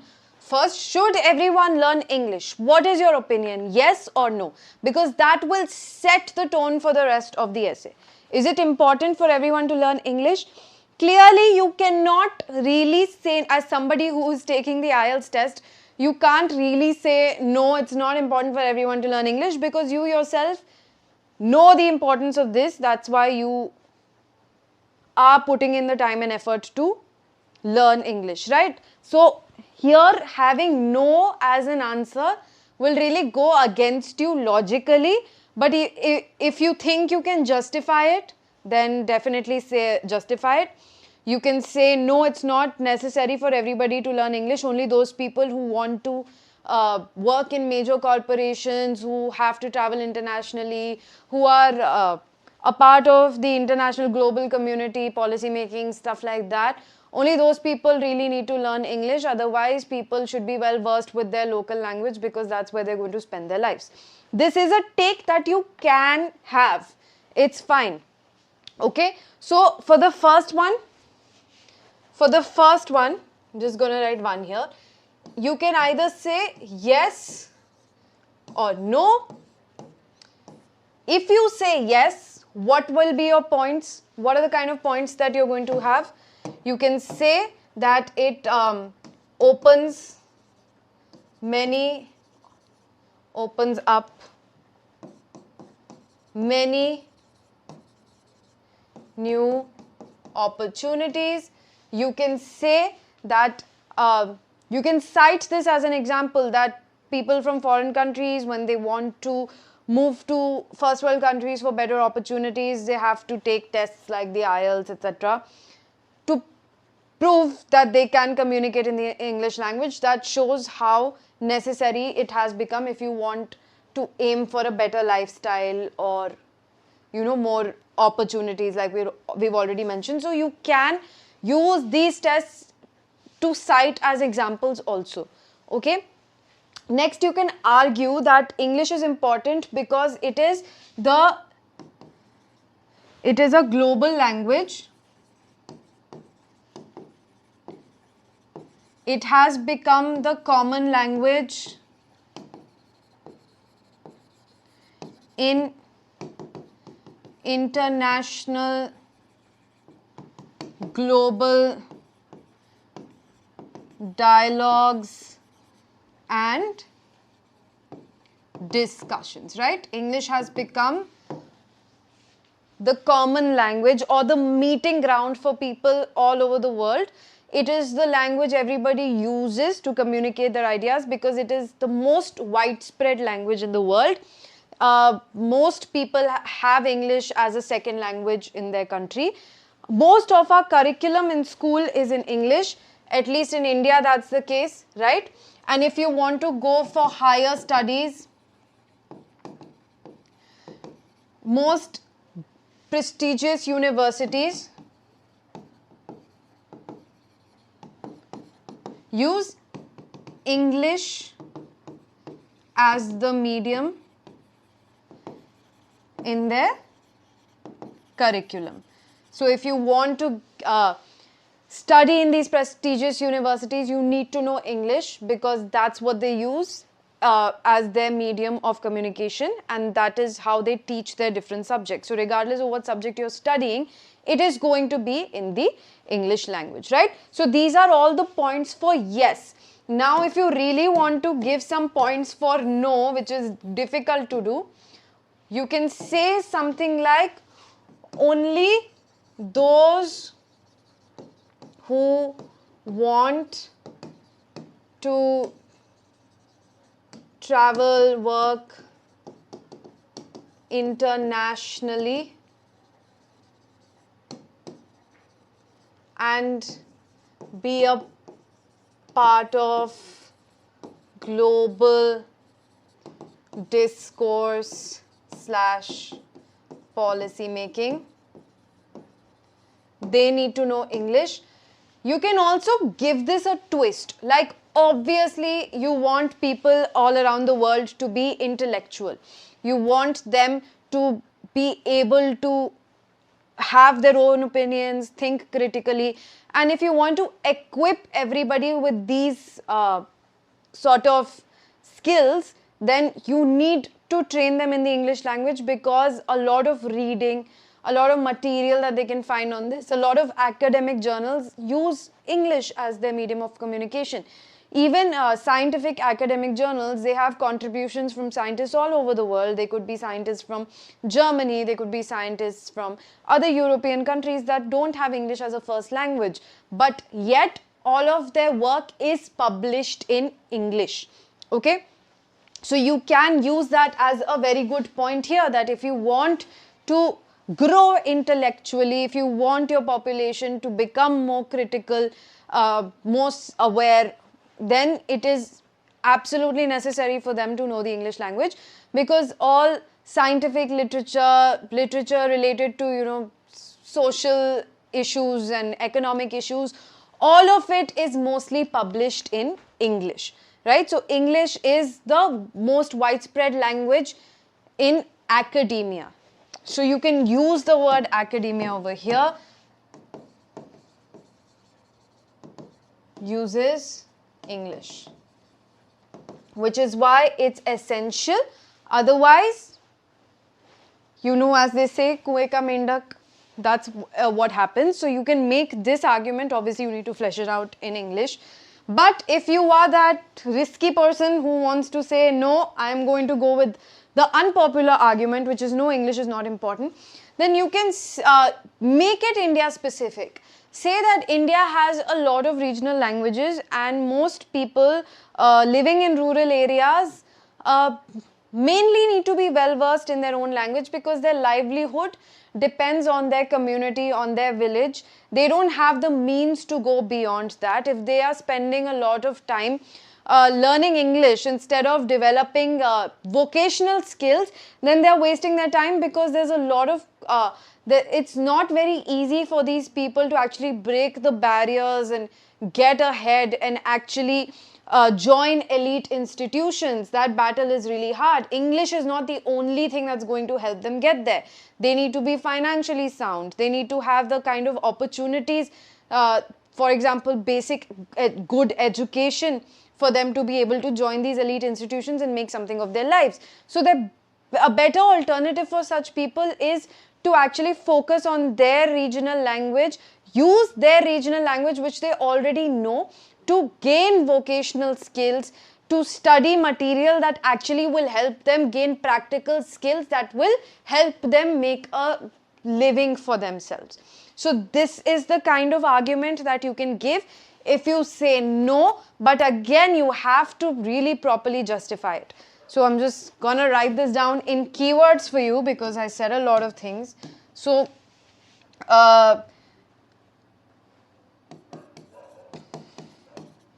people with less means should focus more on developing vocational practical skills instead of spending time learning English, and their local language can help them acquire these skills faster, which is why the NEP also in India wants that students should learn in their mother tongue for the first few years, because that way they will be able to understand the science better.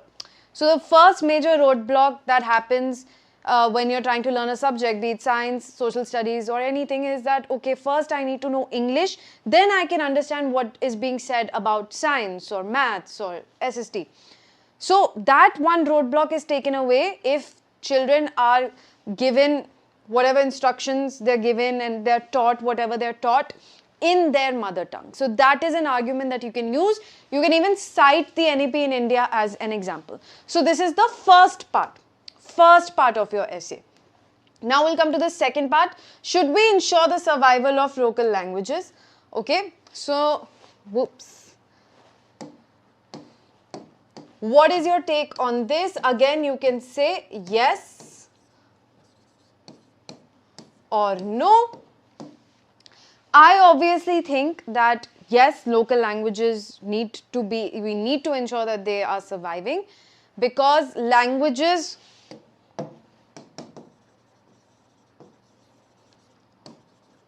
hold customs,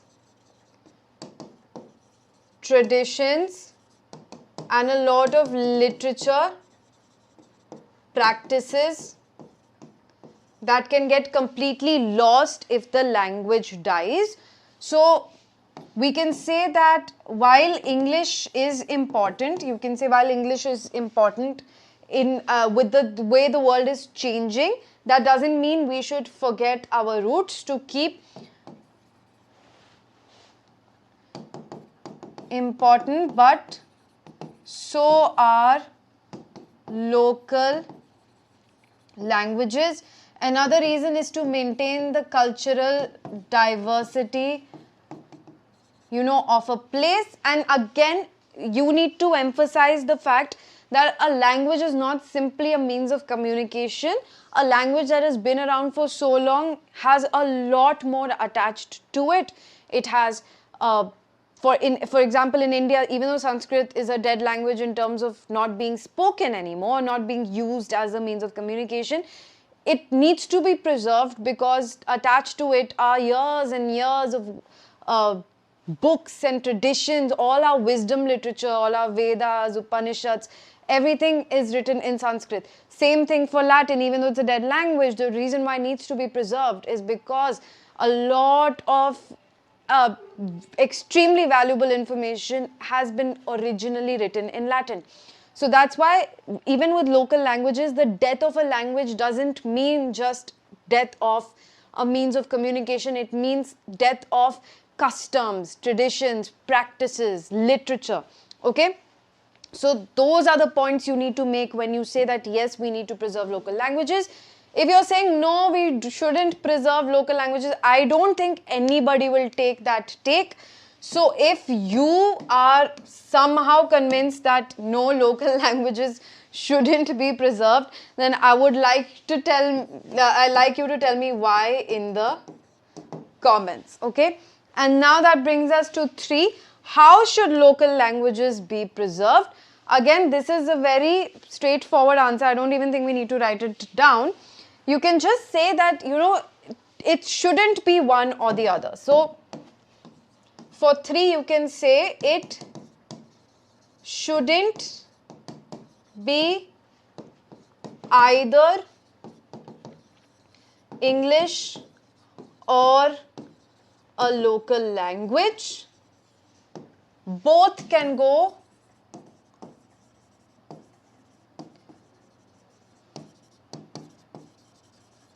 hand in hand. A very important example that I can cite for this right now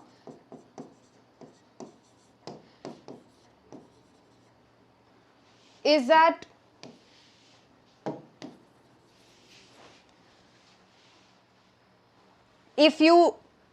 before I write it down, I want to know how aware you are GK wise.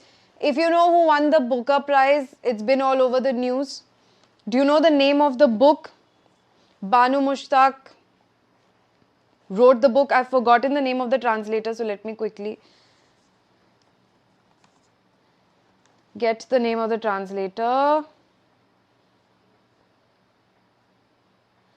Deepa Bhashti, right? So, if you keep up with the news, then you can cite this as an example. So,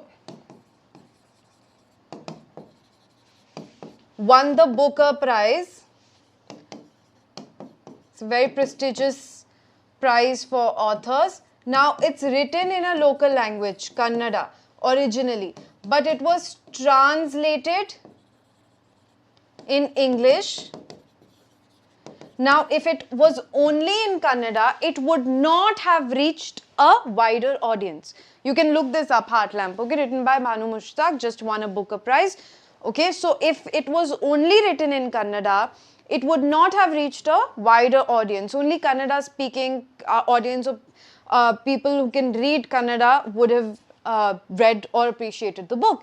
Its English translation is what helped the entire world access the book. Okay, so English can aid local languages. English, it doesn't have to be English versus local languages. You don't have to make the point that you either learn English or you learn a local language, which has become kind of the rhetoric in our country lately. The English में क्यों बात करती है, हम अंग्रेज है क्या, हिंदी बोल. It really shouldn't be like that, because English can aid local languages, and English can also give literature and other written work. It doesn't just have to be fiction literature. It could be old preserved literature, old preserved customs, folk tales, music, alright, movies, any form of art that uses language. English can bolster it and it can give it a wider audience. So a Telugu movie, for example, is going to the Oscars. Why? Because it has something called English subtitles that allows people from all over the world internationally to watch and understand the movie. Similarly, you can dub movies in English. We do the vice versa also. English movies are accessible to people today because they are dubbed in Hindi, they are dubbed in Indian regional languages, and that's why people from this part of the world are able to access and watch those movies. So you can use English to popularize local languages, and that will further incentivize people to write in their languages. If a Turkish author today is writing in his language, it's because he knows that somebody will translate it and the book will not just be in that one, just stuck in that one regional domain, right? If a author today is writing in Hindi, that author knows that their work will be translated by a capable translator who knows both English and Hindi, and that work will reach a wider audience. So a person will get incentivized to use their local language if you go hand in hand with English. Instead of making English the villain, you can use English to your advantage, right? So that's the point you can make for how. So now that I've told you everything you can write, I'm not going to waste time writing 250 words for you right now. But here are the model answers that you can take a look at. First, we'll read the answer for task 2. Then we'll go back and read the answer for task 1 and see how similar or different it is from the answer that we came up with. So here, English is a gateway to the world, and no one should be deprived of the opportunities that arise for those with a strong command of the English language. This does not mean that local languages are dispensable, however. They have an important role to play in supporting education, including English language education. So here the point that is being made is very good, that in order to learn English also, a local language is important. So if you have grown up in a household that, for example, only speaks Malayalam, you as a 10-year-old might only know Malayalam, but you can use Malayalam to learn English. You can have someone explain to you that, okay, in Malayalam we say this, but in English we say this. So using local language is as a means to learn English. People who insist on prioritizing local languages are often those who can speak fluent English themselves. Advocates of minority languages need to be fluent in English in order to research their field and support the cause at international conferences. In doing so, however, they're also demonstrating why English is so important. Learning English allows people to gain knowledge, communicate with society, further themselves as individuals, and have a global impact. It is unfair to willingly dispossess people of this ability in order to preserve tradition. Same thing that we said, that people should have access to both their local languages and English. But this does not mean local languages can be forgotten or downplayed. People are more likely to succeed not just at learning English but in employment and education generally if they are immersed in community rich in history and tradition. Local dialects are a part of this tradition. Efforts to regenerate and celebrate indigenous cultures in recent decades have demonstrated that the preservation of local languages and the teaching of English are mutually reinforcing developments. I gave you a very good example of this that you can use, and see here, this is a generic answer. It is not a country specific answer. But you feel free to write about your own experiences and your own country. You can give India specific examples because that's what you know most about, right? In this way, the local language serves as the bedrock for learning English rather than being an obstacle in need of removal. I think it is important for everyone to learn English, but I feel it is unnecessary to frame learning English and keeping local languages alive as conflicting possibilities. Same thing that we said in different ways. We said both English and local languages should go hand in hand and aid each other. They should not be conflicting possibilities as what is said here. Each goal supports the other. We should focus on how best to develop both English and local languages in particular local context. Okay, that was task 2. And task 1. The chart shows the percentages of paper and cardboard, glass containers, and aluminum cans and plastics that were recycled in one country between 1982 and 2010, right? So just same paraphrase of the question. In 1982, about 65% of paper and cardboard was recycled. This figure fluctuated before rising steeply to reach a peak of 80% in 1994. From then on, however, it decreased steadily to a level of 70% in 2010. So this was about paper and cardboard. Then in 1982, half of all glass containers were recycled. See, they also used half, not 50%. Like I told you, you can use different words. Like instead of 10 years, you can use decade. Instead of 50%, you can use half. After dipping to a low, again dipping, word for coming down, hitting a low point, 40% in 1990, the glass recycling rate gradually increased. We use the same words to 60% by 2010. Aluminium cans were first recycled in 1986. We made the same point starting about 5%, but this figure climbed rapidly. So we said there was a sharp increase, it rose drastically. Here they've used the word rapidly. Rapidly also you can use. Over 25 years and by 2010 it had reached 45%. Recycling of plastics on the other hand was not introduced until 1990. And so here they said was not introduced. We wrote was first introduced in 1990. And although the growth in this category was also constant, it was very slow. We also said this, it rose slowly and minimally, rising from about 2% to 8%. We said 3 to 4% and I think we said 9% here, which is fine. It's around the same because you cannot see the exact data point, okay? Finally, overall the proportion of paper and cardboard that was recycled was the highest, so paper, cardboard, highest of the 4 classes of material. But this category experienced a decline after 1994, whereas there was a continuing upward trend in the recycling of other materials. Okay, so they joined the rest of the 3 into 1 point. We wrote some extra points, that's fine. You can adjust accordingly as long as you're hitting the 150 word limit. Okay, abroad counseling form, you can find this in the description. The reason why you need to, absolutely need to do this is because career counseling is the only thing that will ensure that you get admission somewhere and all your application through and through is taken care of. See, it's not just about finding a university, applying to it. It's not as easy as it is in applying to domestic universities, because over here, all you have to do is meet the criteria. Maybe you have to give an entrance exam, if you meet the cutoff, then you will be granted admission in the college, and then all you have to do is show some sort of documentation and you're done. But when it comes to studying abroad, there are 1,000 different factors that need to be addressed, including visa application, which is a very tedious, it's a bureaucratic process, it's difficult, it has a lot of aspects that you might not be aware of. And so having a career counselor who will guide you step by step is so necessary, so important. This kind of mentorship and guidance is often paid, and it is in the expensive range. But Vedantu is offering this to you guys for free right now. You're the lucky first ones to be getting this for free. It's going to become a paid service very soon. So please make sure you are exploiting this as much as you can and taking advantage of it. Have a discussion, sit down with your parents. I would highly recommend that you fill out this form with your parents, sit them down next to you so that you have all the accurate information that this form demands, and you will get contacted by a career counselor very, very soon.